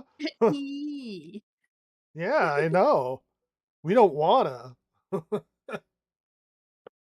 you I'm think sorry to this break could it. be a... Sorry, Silver, go ahead. I was just saying, I'm sorry to break it to you, movie producers, directors. Uh, women also watch your shows for the dudes. Yeah. Not all the time, but yes. Well, that's the dirty little secret. See- is the reason men like Marvel movies is the same reason women like Marvel movies. Exactly. Do you think this... So, one thing that I have come across in like my professional uh, in my job is, if you can fix something for um, one demographic, it often fixes it for everyone. Do you think that this could be a situation where they're focusing too much on young men, and if they just basically fix it for everyone, it will start attracting young men back, but on top of that, it will start attracting a wider audience too? Yes and no. I would qualify it slightly differently. I think the Okay. problem is that they're trying to fix things by chasing after the smaller demographic. And I think what you Yeah. don't do is you alienate your main consumer. So with Right. Star Yeah. Wars, it's like mostly men like Star Wars. So if you make the movie for that demographic, the rest will take care of itself. If you try and chase the smaller group, you alienate the larger. Yeah. It's like with any product. It's like, well, we sell pizza and these type of people buy pizza. So let's try and get people that don't buy pizza. And then you make your pizza worse for the people that buy your pizza. And it's like, no, you should do stuff to attract the people who buy it the most, and then you'll bring in everyone else with it. Like you aim for the bigger and you drag in the minority. Well, I mean, this is something that we have also addressed in prior conversations, where if you create an action movie that appeals to men, they bring their partners along with them. Um, but if you create an action movie that's primarily for the smallest audience you can think of, because you want to attract that audience, then you're suddenly stunned when your main general audience stays away from it. Because it's not for them anymore. Yeah. And so now you're alienating the larger portion, trying to The attract the portion that smaller you portion. need to And that's to really make your money back. what Hollywood's been doing for the past 20 years is they've been chasing the smaller demographic and surprised when the larger is abandoning it. Yeah. And it's like, why are you leaving it? So, well, because you got really into intersectionality and you decided you were going to chase small minorities of people who don't consume your product. And you alienated the people who do consume your product. I mean, not to break it And you down think, to the basic, most base sort of economics, but that's essentially what happened. well, see, we have movies for these smaller audiences. They're called indies, and they always should be for smaller audiences. They shouldn't be for um, the general audience, but the general audience, you should be targeting them for your tentpole pictures, because you want to make as much money on those as you possibly can. How many directors out there have made the blockbuster movie, not because they wanted to, but so that they could fund some passion project, some side project that they really, really wanted to do? Well, I don't And even now it think you seems have that it, to cater to minority audiences with the smaller project. Like, just yeah, if you're gonna do a movie that requires making $1 billion, maybe you should aim for a bigger piece of the pie. Like yeah, if you're and spending $1 million on an art project, who gives a shit what type of movie you make? right. The problem is And they if you spend too don't make much back your money money, and they can't make it back because they're not catering to a big enough audience. yep, exactly. And we've also talked about this as well, where the investors of these movie studios are pressuring them to make these what we would have years ago termed passion projects. They're pressuring them to make them their tentpole projects, and we know for a fact that they don't make the money back. Not always, no. But it's just the big everybody complains. It's like, well, they're so dumb and generalized, and it's like, yeah, they're big Hollywood movies that are meant to be a big general audience attraction. So why are you trying to cater to a minority fraction of a fraction of a fraction of a percent? It's like I get there was a new hotness to really cater to the LGBTQ community, but it got to a point where it was like you do realize they're like a small percentage of the population. They're And never even going to be then, able to fork over enough cash to make your money back. well, and then it scares off the rest of them. And then they're not even normally people who consume that sort of product. And even people who are in that community don't want to be catered to. They want you to make good movies the way they're supposed to be made. I mean, it's really stupid. It's like the new political shift turned everybody into just psychopaths, where they were chasing like intersectional demographics that were never going to pay off. And How many times? here we are with Disney being shocked. Yeah. How many times over the past few years have we heard the phrase or some similar phrase to uh, "I always wanted to see myself portrayed in such and such a medium." Well, one, you lack empathy. Two, you're a narcissist. If this is how you Yeah. view things, it's like you believe it or not, I can watch a movie with a gay man and find ways to relate to that character because he's a human being. Because believe it or not, human stories are easy to understand. Struggles, difficulties. I watched Dallas Buyers Club, and I was sympathetic to the things that they were going through and the struggles and trying to find treatment for things like AIDS. Why? Because it's a human story, and I'm a freaking human being. Why do we have to cater And to you're small demographics? Like I lack the capacity to understand. right. And as I recall, the budget for Dallas Buyers Club wasn't astronomical, right? It was No, fairly well controlled, and so it actually stood a chance of making its money back.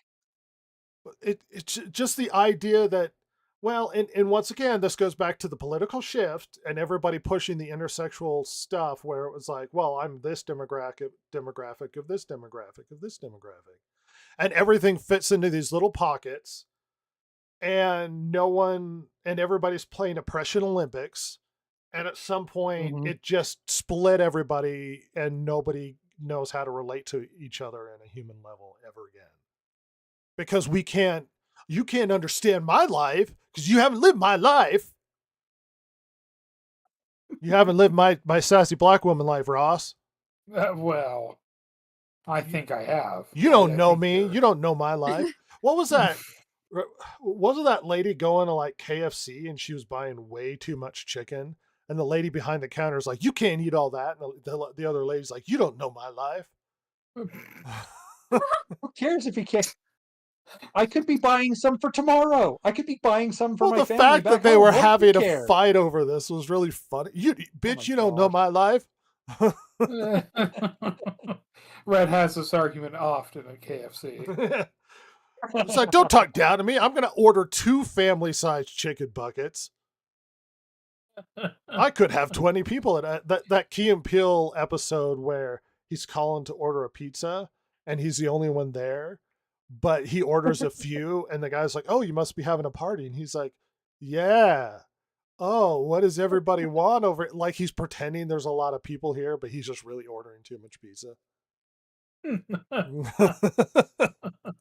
Yeah, big old party. Yeah, big old party over here. Oh, it's really stupid. Anyone have final thoughts? I know me and Jason have talked No, I mean, I pretty much covered it, and I got my words in.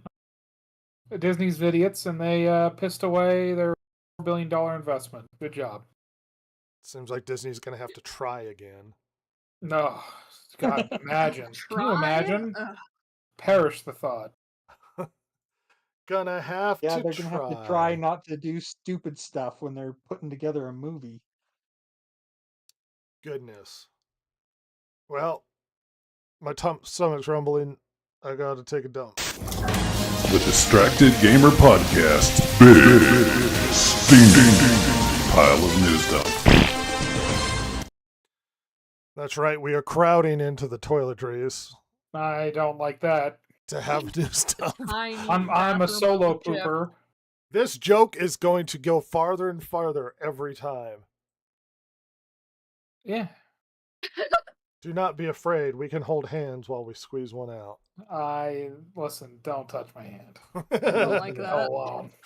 Silver, you want to join us in the handhold? Send me pooping? out the airlock, please. Terrence Stamp has passed. Oh. Yeah. No. Yeah, I think really about only that. knew Rip him in as peace. Haunted Mansion guy. Oh wow. What He a was what a thing to be Zod. remembered by. Kneel before Zod. Old Haunted Mansion Man. He was a lot of really good stuff. We've just been losing angels these past while, and Terrence Stamp is great. Oh goodness. You'll be missed, Terrence Stamp. Moving on to the news dump. We had talked about this last week, but Superman is on streaming Already. after like what was it, 36 days or some stupid nonsense. Yeah, shorter than the standard 45. And the excuse was that it needed to be on streaming so that people could see it before Peacemaker comes out. Oh. Whatever it's you need like, to tell yourself to be able to sleep at night. I think you overestimate the status of Peacemaker there, sir. I hear it's really good. Here, let's address it really quickly. Peacemaker season 2 is started with episode 1, and it begins with a giant orgy with nudity and men on men and stuff. 'Cause that's what everybody wants in their superhero movie. And there's a Well- guy jacking in the corner, and one guy goes down on John Cena. Are you happy now? Listen, Oh my gosh. I don't like rated R content for superheroes, whatever. But James Gunn said this is important for the future of the DCU. Yep. Huh. So we're following up Superman with John Cena getting blown at an orgy. Yeah, this is a show for the kids. That's And you have to it's a watch move. Superman in order for Peacemaker to make sense. And Well, you have yeah. to watch Peacemaker for Superman to make sense, and future DCU movies. So Well, and Gunn said that Peacemaker is his favorite thing he's doing. Oh my gosh. There's a You whole think- scene where his wife beats up a bunch of men. And it goes on for a while where she's just knocking guys out and stuff, and it's actually James Gunn's wife in the movie or in the show. do you think the people at Warner Brothers are getting a little bit nervous? I hope so. You know what it feels like? James Gunn really wanted to do The Boys, and this is his Boys. Yeah, Because Boys Yeah, sucked. I can see that. The Boys sucks, everybody. So yeah, Peacemaker's balls, everybody. Literally. Literally balls. In a positive turn of events, shockingly, we're getting a new Batman game called Legacy of Batman. I know you're going to be surprised, but it's Lego Batman, but basically in the vein of the Arkham games, where he has the same combat system. Oh my gosh. That's right. Hilarious. Batman will actually float around the city and fight criminals like the Arkham games, but it's Lego Batman. What if in the next Lego game, like the The combat system system from- is the same. Oh Like- my gosh. There's counters What- and stuff. And look, What was he's that? Oh my ziplining gosh. out of there. And he can Oh my fly. goodness. Why is this the game we're getting and not an actual Batman game? I know, why make it Well- Lego? they killed him, remember? Yeah. This is Yeah. one of the few announcements at Gamescom. This and like COD 7 or whatever. What if we just get that random Like COD 7 is an announcement we were all dying to hear. We knew it was coming out. You don't need to tell us. I just want to see him float around the city. He's just punching stuff. I know punching's cool, but there. See? Batman. Can we just have Batman? No. It looks awesome, everybody. The game I'm excited for is Batman Lego. Watch Oh it my have the gosh. Nemesis system. They're just going to pull things from games people Just- liked, but they're not working with anymore. Just awesome stuff into the Lego Batman universe. In a really hilarious article that I just thought was awesome, Ross, I brought this in for you. Mobile Suit Gundam director is unsure if today's youth understand what it means to be to pilot a robot. Hey, buddy. Hey, pal. No one fucking does. What are you talking about? Are you okay?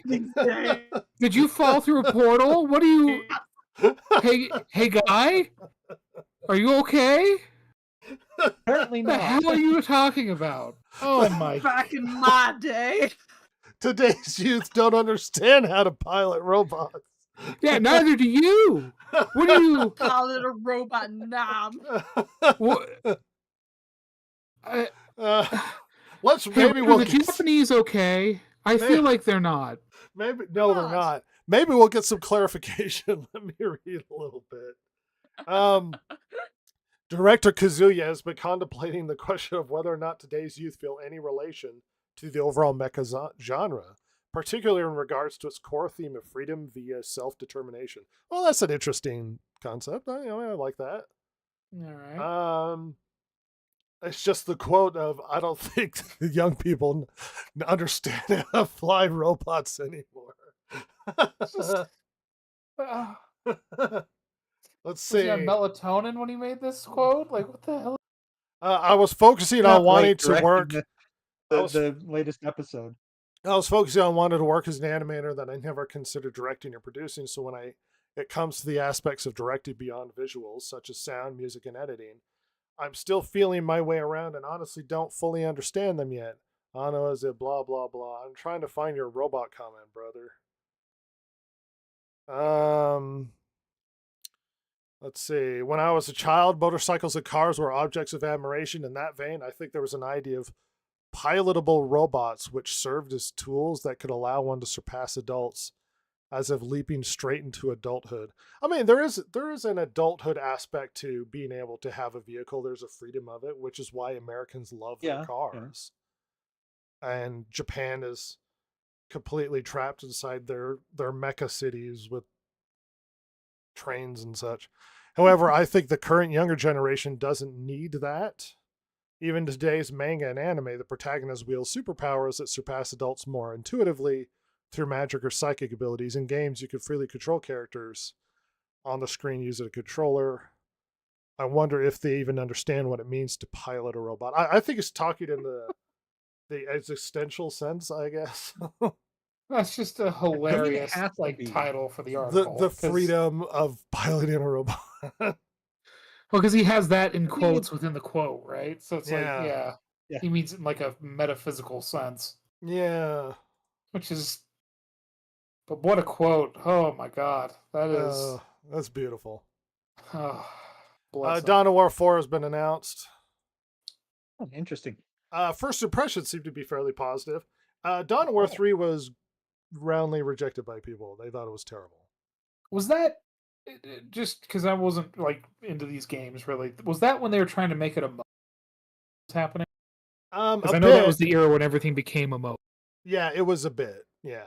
Okay. Basically, they made the heroes super powerful, and then you just had waves of enemies, and it wasn't the Dawn of War people remember.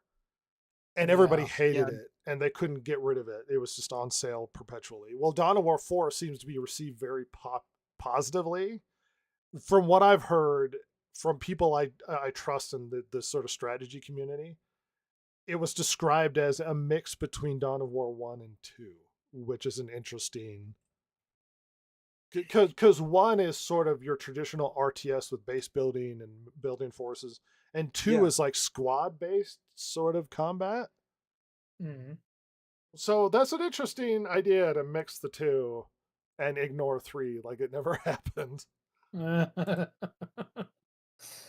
that's probably the wise move. They've announced the Borderlands 4 bundle.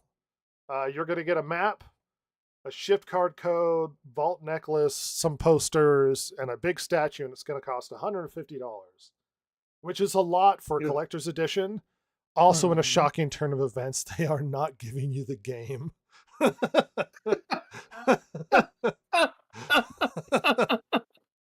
Wait. So you're gonna have to spend another $70 on the game? Or 80 or whatever. Oh my Randy, you greasy fuck. Fuck. That's right. What a $150 scumbag move. collector's edition does not come with the game. Surely they're gonna get sued for calling this a collector's edition. I know what you the can't quite Really? see this. I'm going to readjust this. If you see in the corner, game sold separately. Oh my god. That is Oh no. oh my god. So if you like Borderlands, but you hate the games, and you This just is- want the This is a promotional package. This is what I mean. This is. I'm really into Borderlands merchandise, is what you're telling everybody. yeah, Oh my god. That is Randy. Randy Pitchford. yeah, they need to call that something else. Speaking It's of not the collector's edition. speaking That's of the Randy, collectibles. speaking of Randy edition. Pitchford, Ross, Gearbox boss Randy Pitchford has said, "I think they could charge $200 for Borderlands 4. You can't find a better value in the world for any type of entertainment." And then he added, Oh my god! "I wish they'd give it away because then everyone could play So do it, Randy. it." So do it. Do I it. think they could charge $200 because it's worth it. Oh my god. You know, he's been talking like, he's been involved, he's apply guying. He's Since all the mutated stuff's is coming more out. accurately. Yeah, and it's just like Evolved implies better. He's turned into a different sludge monster. yeah, and I just I don't know. I this game is gonna have major problems. I mean, not that I'm gonna be the first one to predict that, but Jason like might. the third one sucked so fucking hard. Oh my god, that Two's still game was good. horrible. Yeah, Yeah, who geez, cares? All anyone remembers is the third piece of shit that they got shat on their chest. It just and they charged an arm and a leg for the goddamn thing and all of its DLC. Pitchford has been personally involved in many public discussions about $70 and $80 games, with varying degrees of making Borderlands fans exceedingly angry. So he's confident that these He's conversations, seriously- he's confident that these seriously needs to conversations shut up. honestly don't matter in the big picture. The sum of every conversation that ever happened on social media about the price of a video game and every article that's ever been written in truth, you add all that up and it won't change anything with the result. At the end of the day, when I want something I feel like they're asking is fair, I'll get it. If I don't want something, I won't. Or if I think that they're asking of me isn't fair, I'm not going to do it. All the talk doesn't matter at the end of the day. That's what it is. So he's just ignoring legitimate criticism of price. Yeah, haven't we been seeing this with like people like, especially in the video game space, like, oh, it's just noise. I should ignore the noise Well, of these that's- genuine criticisms. That's being dismissive of somebody's point. I mean, I know you have money, Randy. The rest of the world is not sitting with their money banks of all of the Tiny Tina DLC cash that's floating around your house. The truth is, when you talk about Borderlands, like, I don't know how I can say this and sound as if I have any amount of humility. Borderlands 4 is amazing. It's absolutely incredible game. The value is undeniable. I mean, also the This looter shooters feels- kind of got problems. Yeah, they're not Sorry, hot Jason. anymore. No, go. I was gonna say this feels so much like gaslighting. No, you're really gonna like it, people. It's amazing. It's so amazing that I wish that they could just give it away for free. But I know that if we told you to pay us $200 for this, you'd get value for money. You'd like it, Because- yeah. It's It worth it. seems so disingenuous and so much like this is gonna suck so hard, but I've got to oversell this. Randy. Randy. Peacemaker Season 2 opens and retcons Zack Snyder's Justice League. in the Oh, season. that'll show. That'll show their asses. Stick it to them, Jimmy. So there's they been have to in order to make this to make Peacemaker tie in with the new Superman. So I have to clarify with this next article before we all blow up about it. So Bella Ramsey on the carpet, this is the exact quote. When she asked about, she had recently seen Andrew Garfield's movies and she said they were incredible. And asked about the role, she praised Tom Holland, but threw in the line, maybe they need to make a new superhero. I could be Spider-Man. Everybody Yeah. elaborated this into Bella Ramsey wants to be Spider-Man. It seems more like an offhand comment. So I'm not going to blow it Yeah, up yeah. into her demanding to be Spider-Man. But the internet definitely ran with it as Spider-Them started to trend across the internet. Oh. Oh my gosh.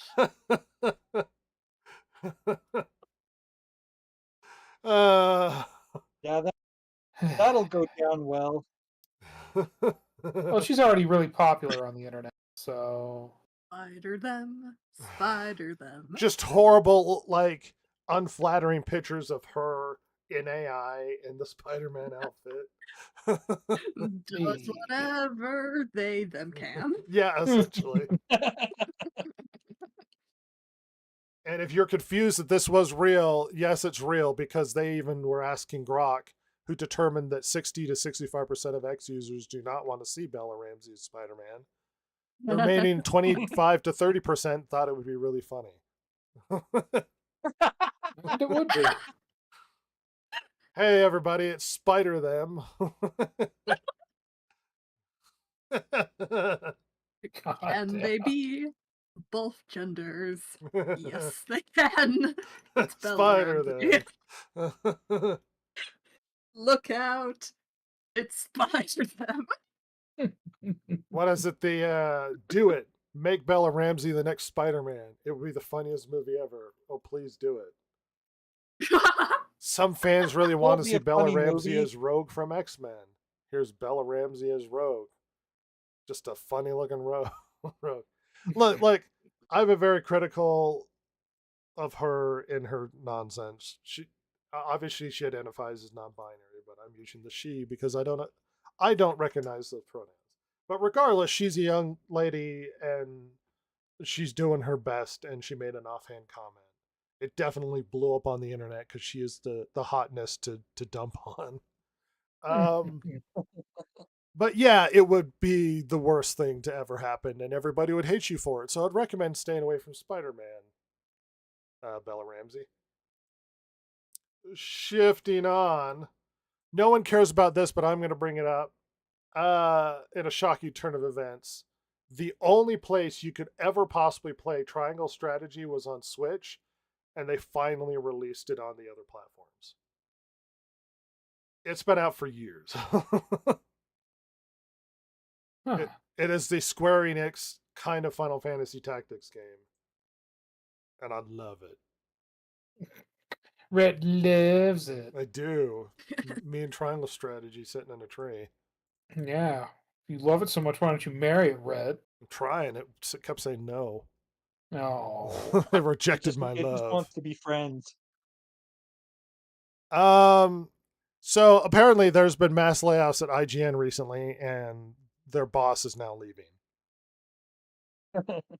And you might that's good of go, them. what do you mean apparently? And I was like, well, apparently this has been happening in the background and no one's been paying attention. No. Really? No one paying attention to IGN? I'm It shocked really to hear hasn't that. hit the radar to any degree. But yeah, there's been a bunch of layoffs, and now the boss at IGN is leaving. So expect a shakeup at IGN, the news place that no one reads anymore. Hey everybody, let's now have the really ridiculous conversation about Cracker Barrel. Oh my gosh. Oh, yeah, thank God. Now I know everybody's look. I had to pull out articles that were trending that everybody's talking about. Here's the rub: Cracker Barrel's brand is being a Southern comfort food hanging out in a countryside restaurant. Rebranding is ignoring the fact that the reason why Cracker Barrel works is because of the country feel. Making it another Yeah. generic restaurant is getting rid of what makes Cracker Barrel work. Now, I know a lot of people have been having passionate conversations about Cracker Barrel. I don't have passionate feelings about Oh. Cracker Barrel because I don't have a Cracker Barrel near me. So I've never been to Cracker Barrel. But I understand the annoyance and how stupid this is. So one thing I was reading an article about this the other day. They lost 100 million in stock. Yeah, their stock was evaluation tanking. And she because of kept this. pretending that it was fine. Yeah.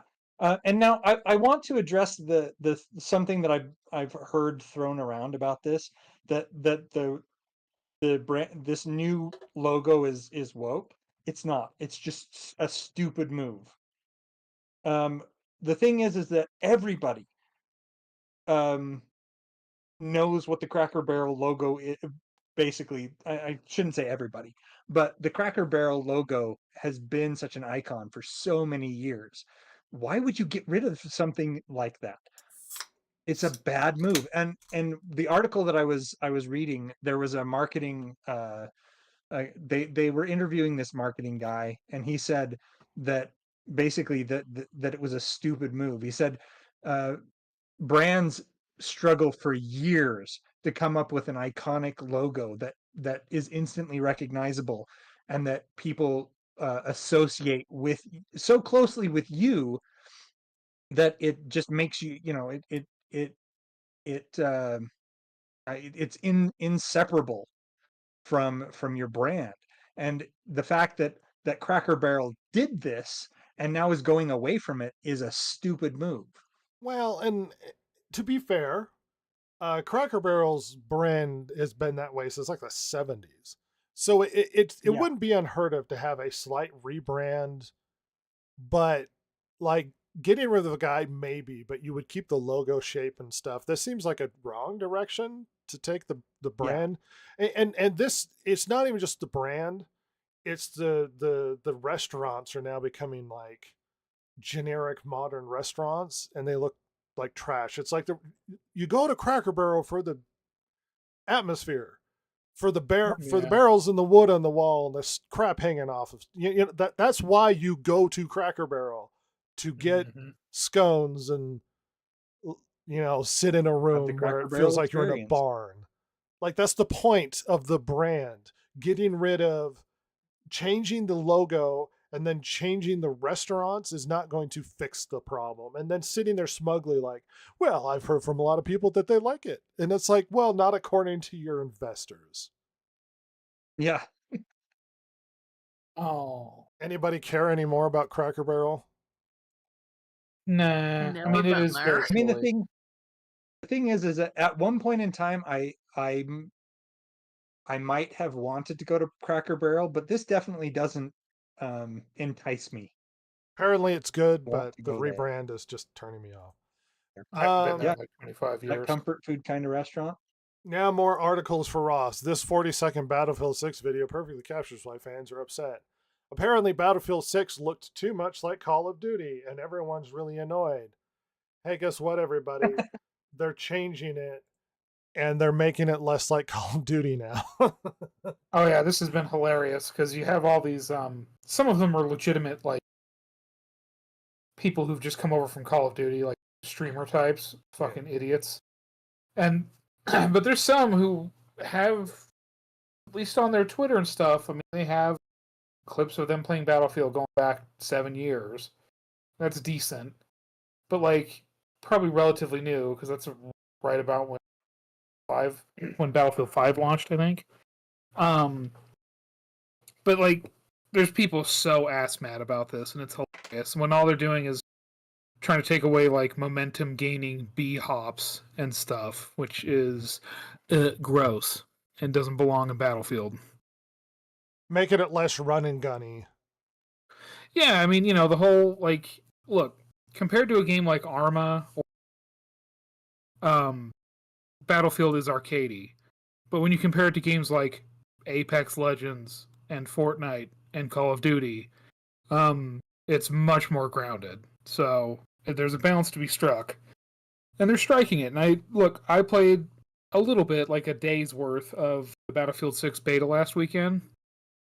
It was fun. I'm actually interested. I may actually buy Battlefield 6. So And the rub of it was people were complaining that it felt too much like Call of Duty. And Mm, Battlefield was like, you know what? We should feel differently. We're Battlefield, we're not COD. And Yeah. so they changed it back. And now the COD yeah. people are like, I want a sweat lord shooter, and this is pissing me off. And it's like, Oh yeah. I mean, there was one of the FaZe guys. What's his stupid name? I don't pay attention to these idiots. I think his name's FaZe Swag. That aged great. Oh, he's so cool. Oh well, he was cool 10 years ago. But anyway, and he's like there's clips of him when he's playing, and then like also like in a video he's made talking about like, well, hey guys, let's chill out. Like, don't hate on me.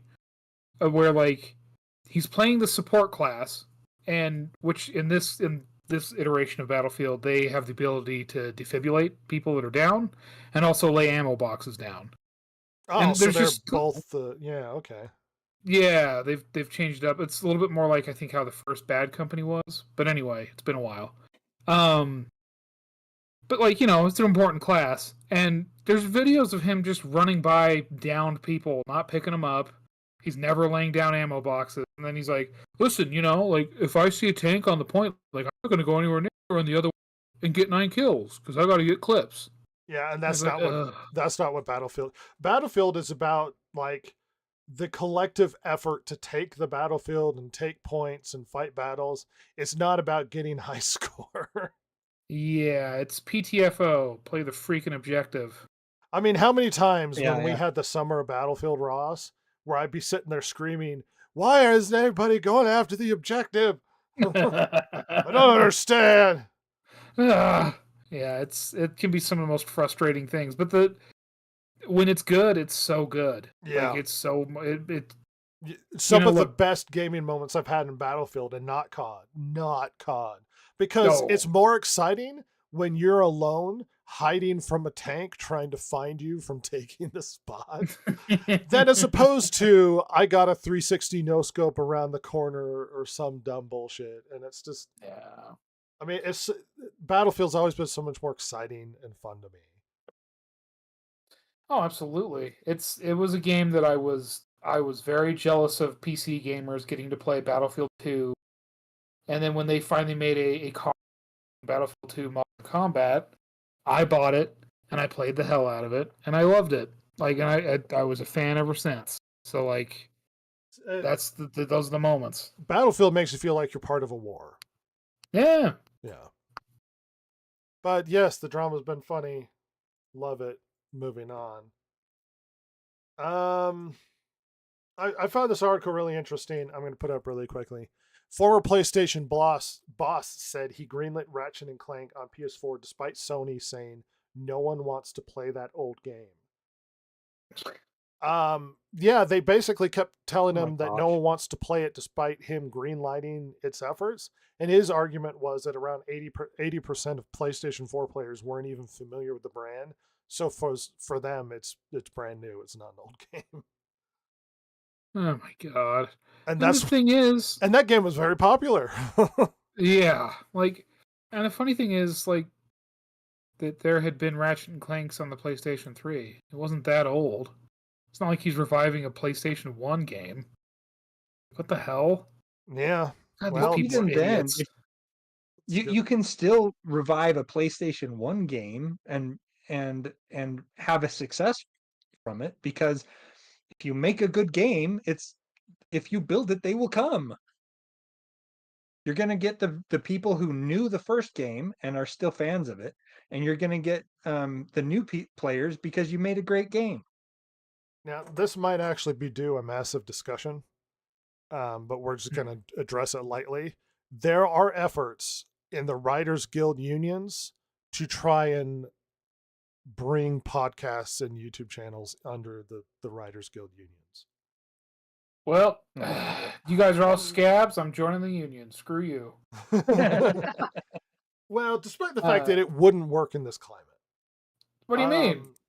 Well, for example, I am both a writer, producer, director, editor. Like, I'm all of these. Like, who am I going to like strike against myself. YouTube itself, Red.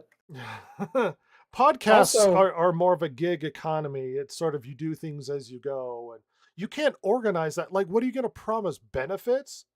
I think part of the problem is the Writers Guild are eating at a big one. Like, they're Oh. probably hemorrhaging money Yeah. because they've lost a lot of people because writers' jobs are being lost in Hollywood. And they're trying to Also- infiltrate the podcast YouTube space, and it ain't going to work. Go ahead, Rob. How do you? Okay, let's just assume you go on strike. What prevents all of the foreign YouTubers from just immediately jumping in and taking all your glorious, So you can get back to all your SOE and algorithm space? Like, talk But about this is- scabs. It is a daily Well, grind. not only that, but Go how are ahead. you going to force YouTubers to join your union? Oh, By there's enough bullying? idiots Are you that going to? would. I mean, it's not Are going to be you a going to go lot. to YouTube and say, "Hey, if this YouTuber doesn't join our union, you have to shut down their channel"? Well, Ross, Why is that? Why would that be a good thing for YouTube? you both have very good points. One, Ross, they had that problem with the Writers Guild now, is when they made Mhm. all of these deals with the unions and stuff with this last strike, they were still making movies. They were just making them overseas because they're not subject to the same deals and requirements that the Writers Guild in America are. Yeah, didn't the guy that wrote Old Boy get in trouble with the guild because he was doing that? I think you might have. Yeah, I'm pretty sure. But it's like they'll just go Or Ken Wu. overseas. They're not subject to your Isn't stupid Old union Boy, bullshit. a foreign movie anyway? Well, yeah, but he's in the guild and he was writing while in the US, Oh. despite the fact it was on strike. So he got his wrist slapped. He's in trouble. At that point, just drop the guild and say, "I'm out of here." I mean, and make honestly, more money like, overseas. well, of all the people from all the industry, you're gonna guy that came from Korean film, that place that's gonna eat Yeah. our lunch. Oh, okay. Well, Good job. this is based off the idea that you have a captured audience and the only game in town in Hollywood is Hollywood, and that's not true anymore. Yeah. And if you make yourselves less competitive, then the union will lose money as everything flees overseas. Yep. They can make shows in Korea and not give a shit about what the union in America has to say. They don't No, care. absolutely. Mm-hmm. Korea is eating your lunch right now. They're so freaking popular with all their stupid dramas. And then Jason was remind me of your point. You were addressing the fact that what benefit do YouTubers have? None.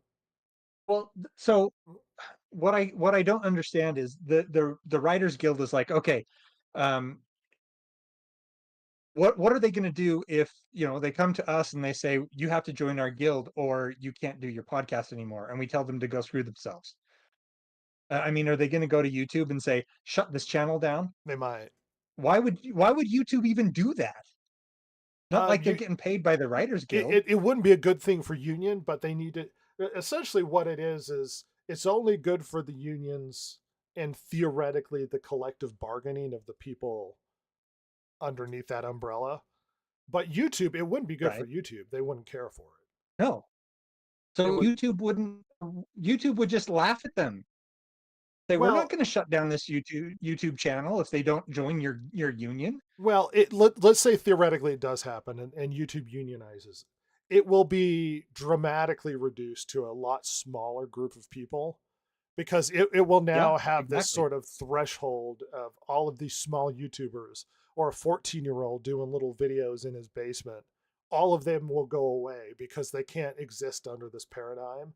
So it'll come down to the few people who do have views and can maintain themselves in that space. You can't unionize what is essentially a gig economy. By that I mean it's sort of it's up Right. to you to make your money, and you go and get your viewers and you put in the work in as you go on your own time when you want to.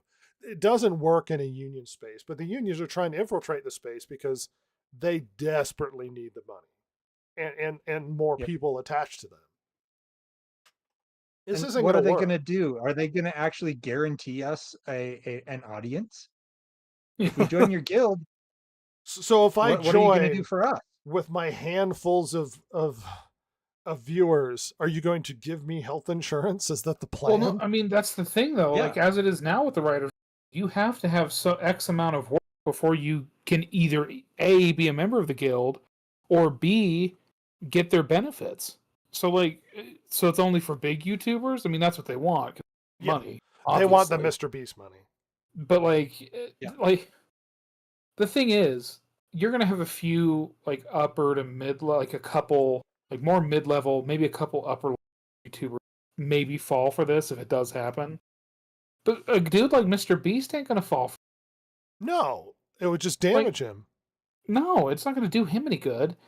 It's this is just like crab bucket the idea for YouTubers. They just think they're gonna be able to climb to get an audience and money. If they can't convince average working class, it reminds me of, and not to make this into a big union thing, but when they made Wisconsin right to work, union participation dropped by like 70%. And right to work only says you can join union if you want to, but if you don't want to, you don't have to. And when union participation became stopped being compulsory, people fled it in droves because if they have an option, they will not pay the union dues. Yeah. The attraction of unions existed for a purpose when you had large factories abusing workers, and it was their way to push back against what they saw as abusers when it comes to pay and safety and all those sorts of things. This is not the world that we exist in now. YouTube is not like a coal mine that we're struggling through. And time to go down into the mine. And our participation is optional, and the union argument is less and less attractive than it has ever been nowadays. Yep. They know what they're selling. No one wants to buy. I will tell you right now. It's funny. There was this goofy fella. I can't remember he was a big YouTuber, and then he tried to slide into the Hollywood space. He has blonde hair and glasses. He was on Rogan and had all those clips of him saying really stupid nonsense. Adam Conover? Yeah, he was a big push behind him, yeah. With Hollywood to try and get it into YouTube. He's a piece of garbage. Yeah, he sucks. But there we go. If we haven't offended you with our opinions, I apologize. We'll try harder next week. That's right. That's part of our goal. We will drive away all of our audience, and if you stick around, there's something wrong with you. The DG Podcast. We aim to keep our subscribers in the negative. Gotta keep them low. Something, fight.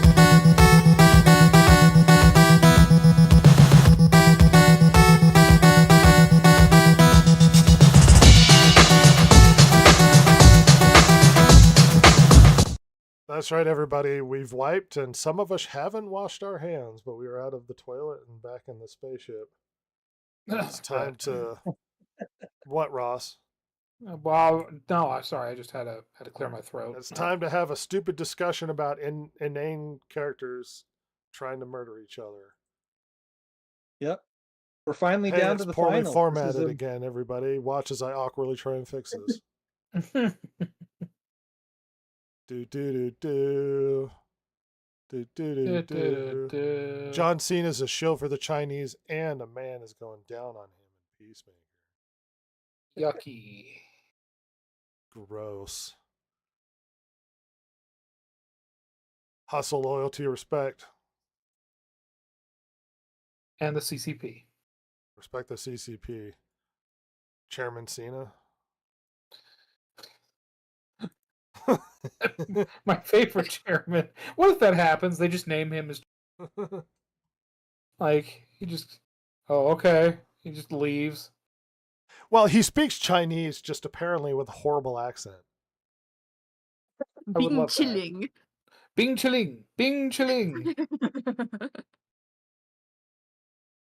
Jason, are we talking about Mario? Yes. Okay, so we have the Mario Brothers. 2 Marios. Yes, there are 2 of them. Mario, and Luigi Mario. They Where's the throw L? sticky bombs and what was that? Where's the L? And the green outfit. I know. AI sucks. What have you AI done to my sucks, yes. boy? My sweet boy. My sweet baby boy. Oh, let me tell you, it was very difficult to even get this the AI to do this.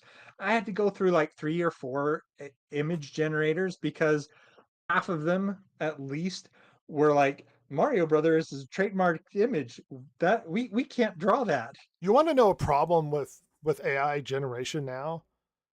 So AI generation works because it's in a search engine. So you say, show me a picture of Mario doing something, and it finds all of the pictures of Mario and then approximates a picture of Mario, similar to the other ones it's seen. So it's really playing off of previous established work in images to create new image. We have generated so much AI images now that AI is now just starting to pull from other AI images, which is causing like mutated images because it doesn't know how to interpret the other AI images.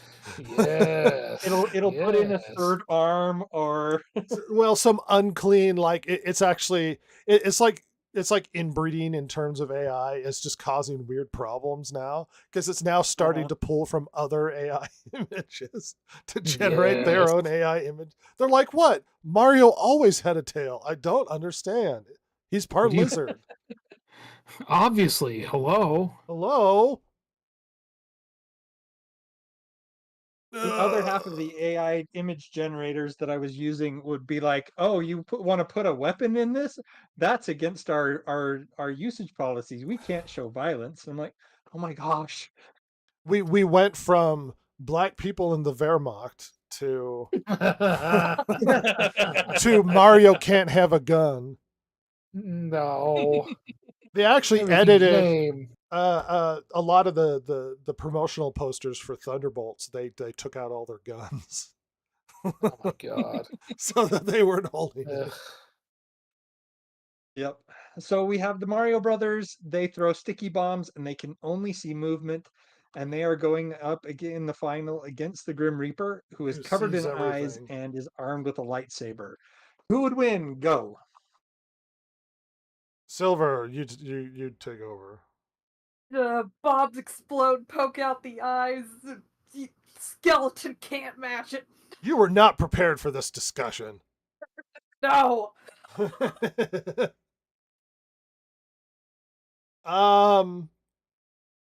Honestly, it feels like the Mario Brothers and the sticky bombs probably because Grim Reaper short range. He is. Yeah, if there wasn't 2 of them. Yeah, Just them bones. dim bones. Them bones, Skeleton them dry warriors. bones. He's a dead guy made of Now- 1,000 dead guys.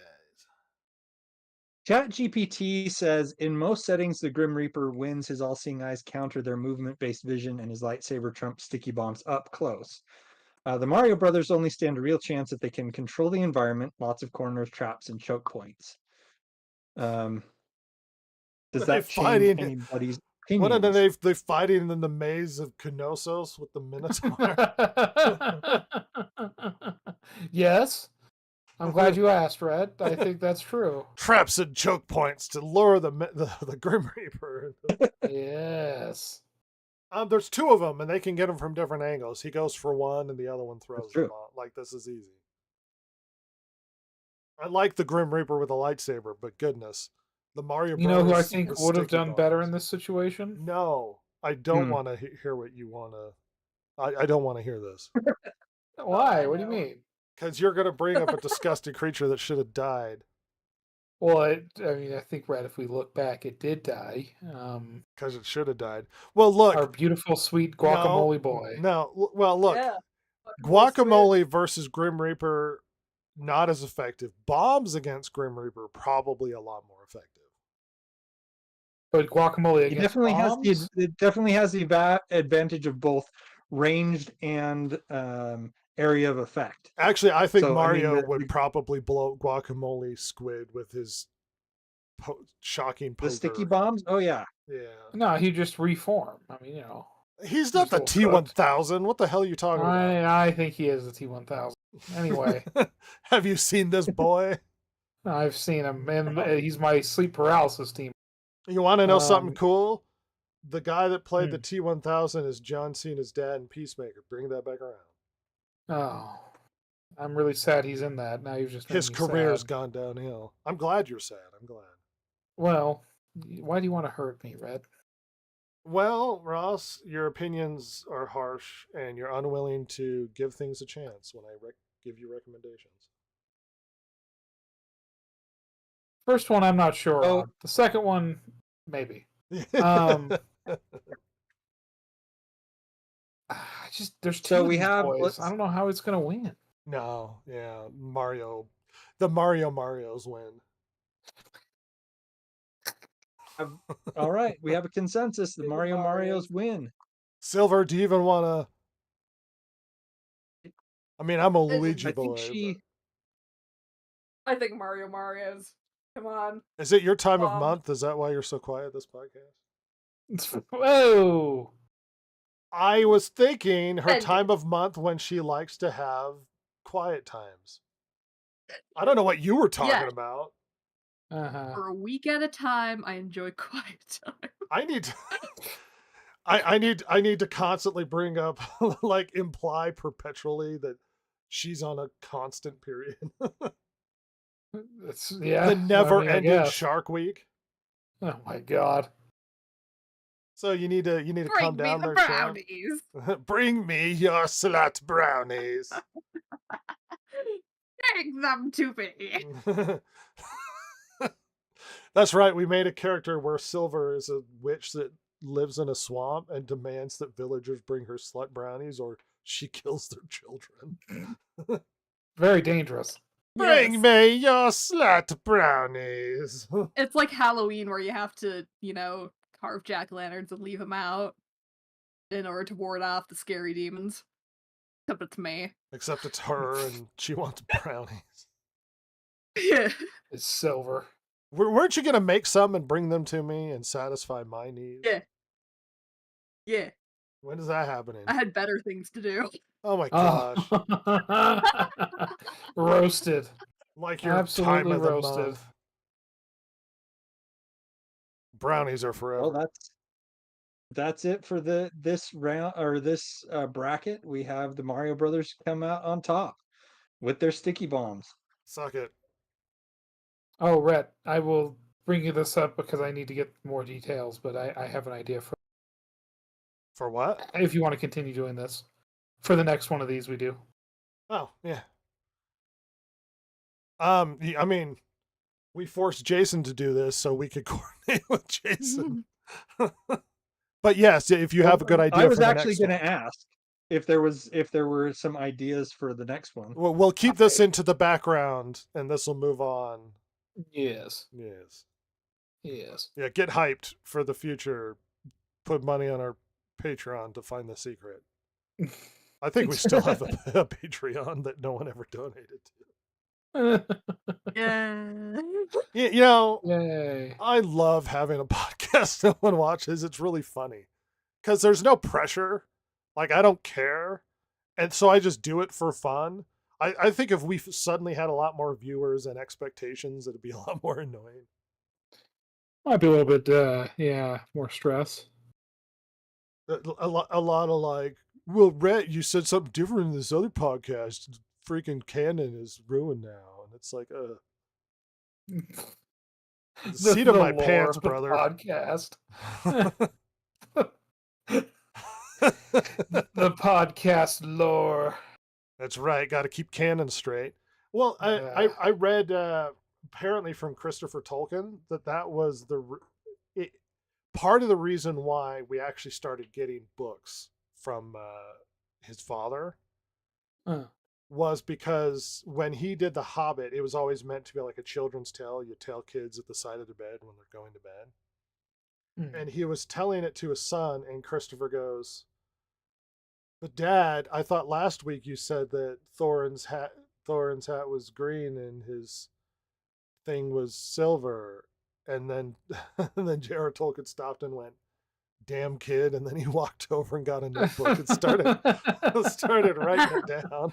Now I gotta write stuff. God damn it. Cause the kid was paying attention. He's like, I thought Thorin's cloak was green, and damn it. Damn That's kid. hilarious. The lore is fluid here, Absolutely. much like our genders. Well, yours at least. I'm male in different capacities constantly. That's what I heard. Sometimes I'm male and sometimes I'm really male.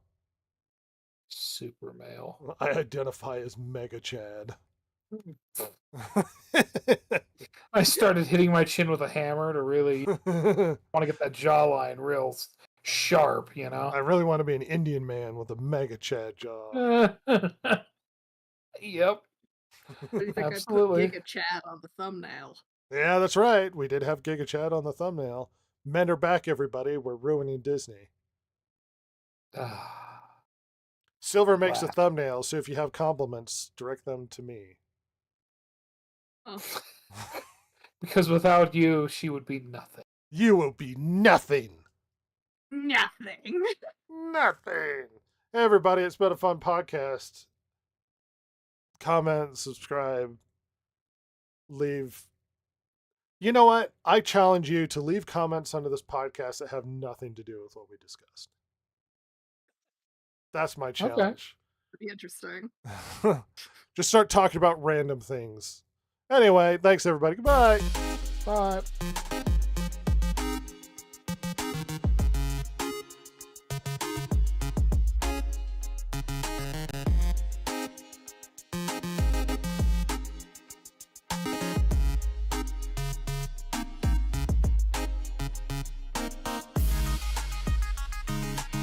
If you like the show, follow Rhett, Jason, Ross, and Silver, the world's most lethally stupid internet personalities, on Twitter at DGPodcast or on Instagram at DistractedGamers.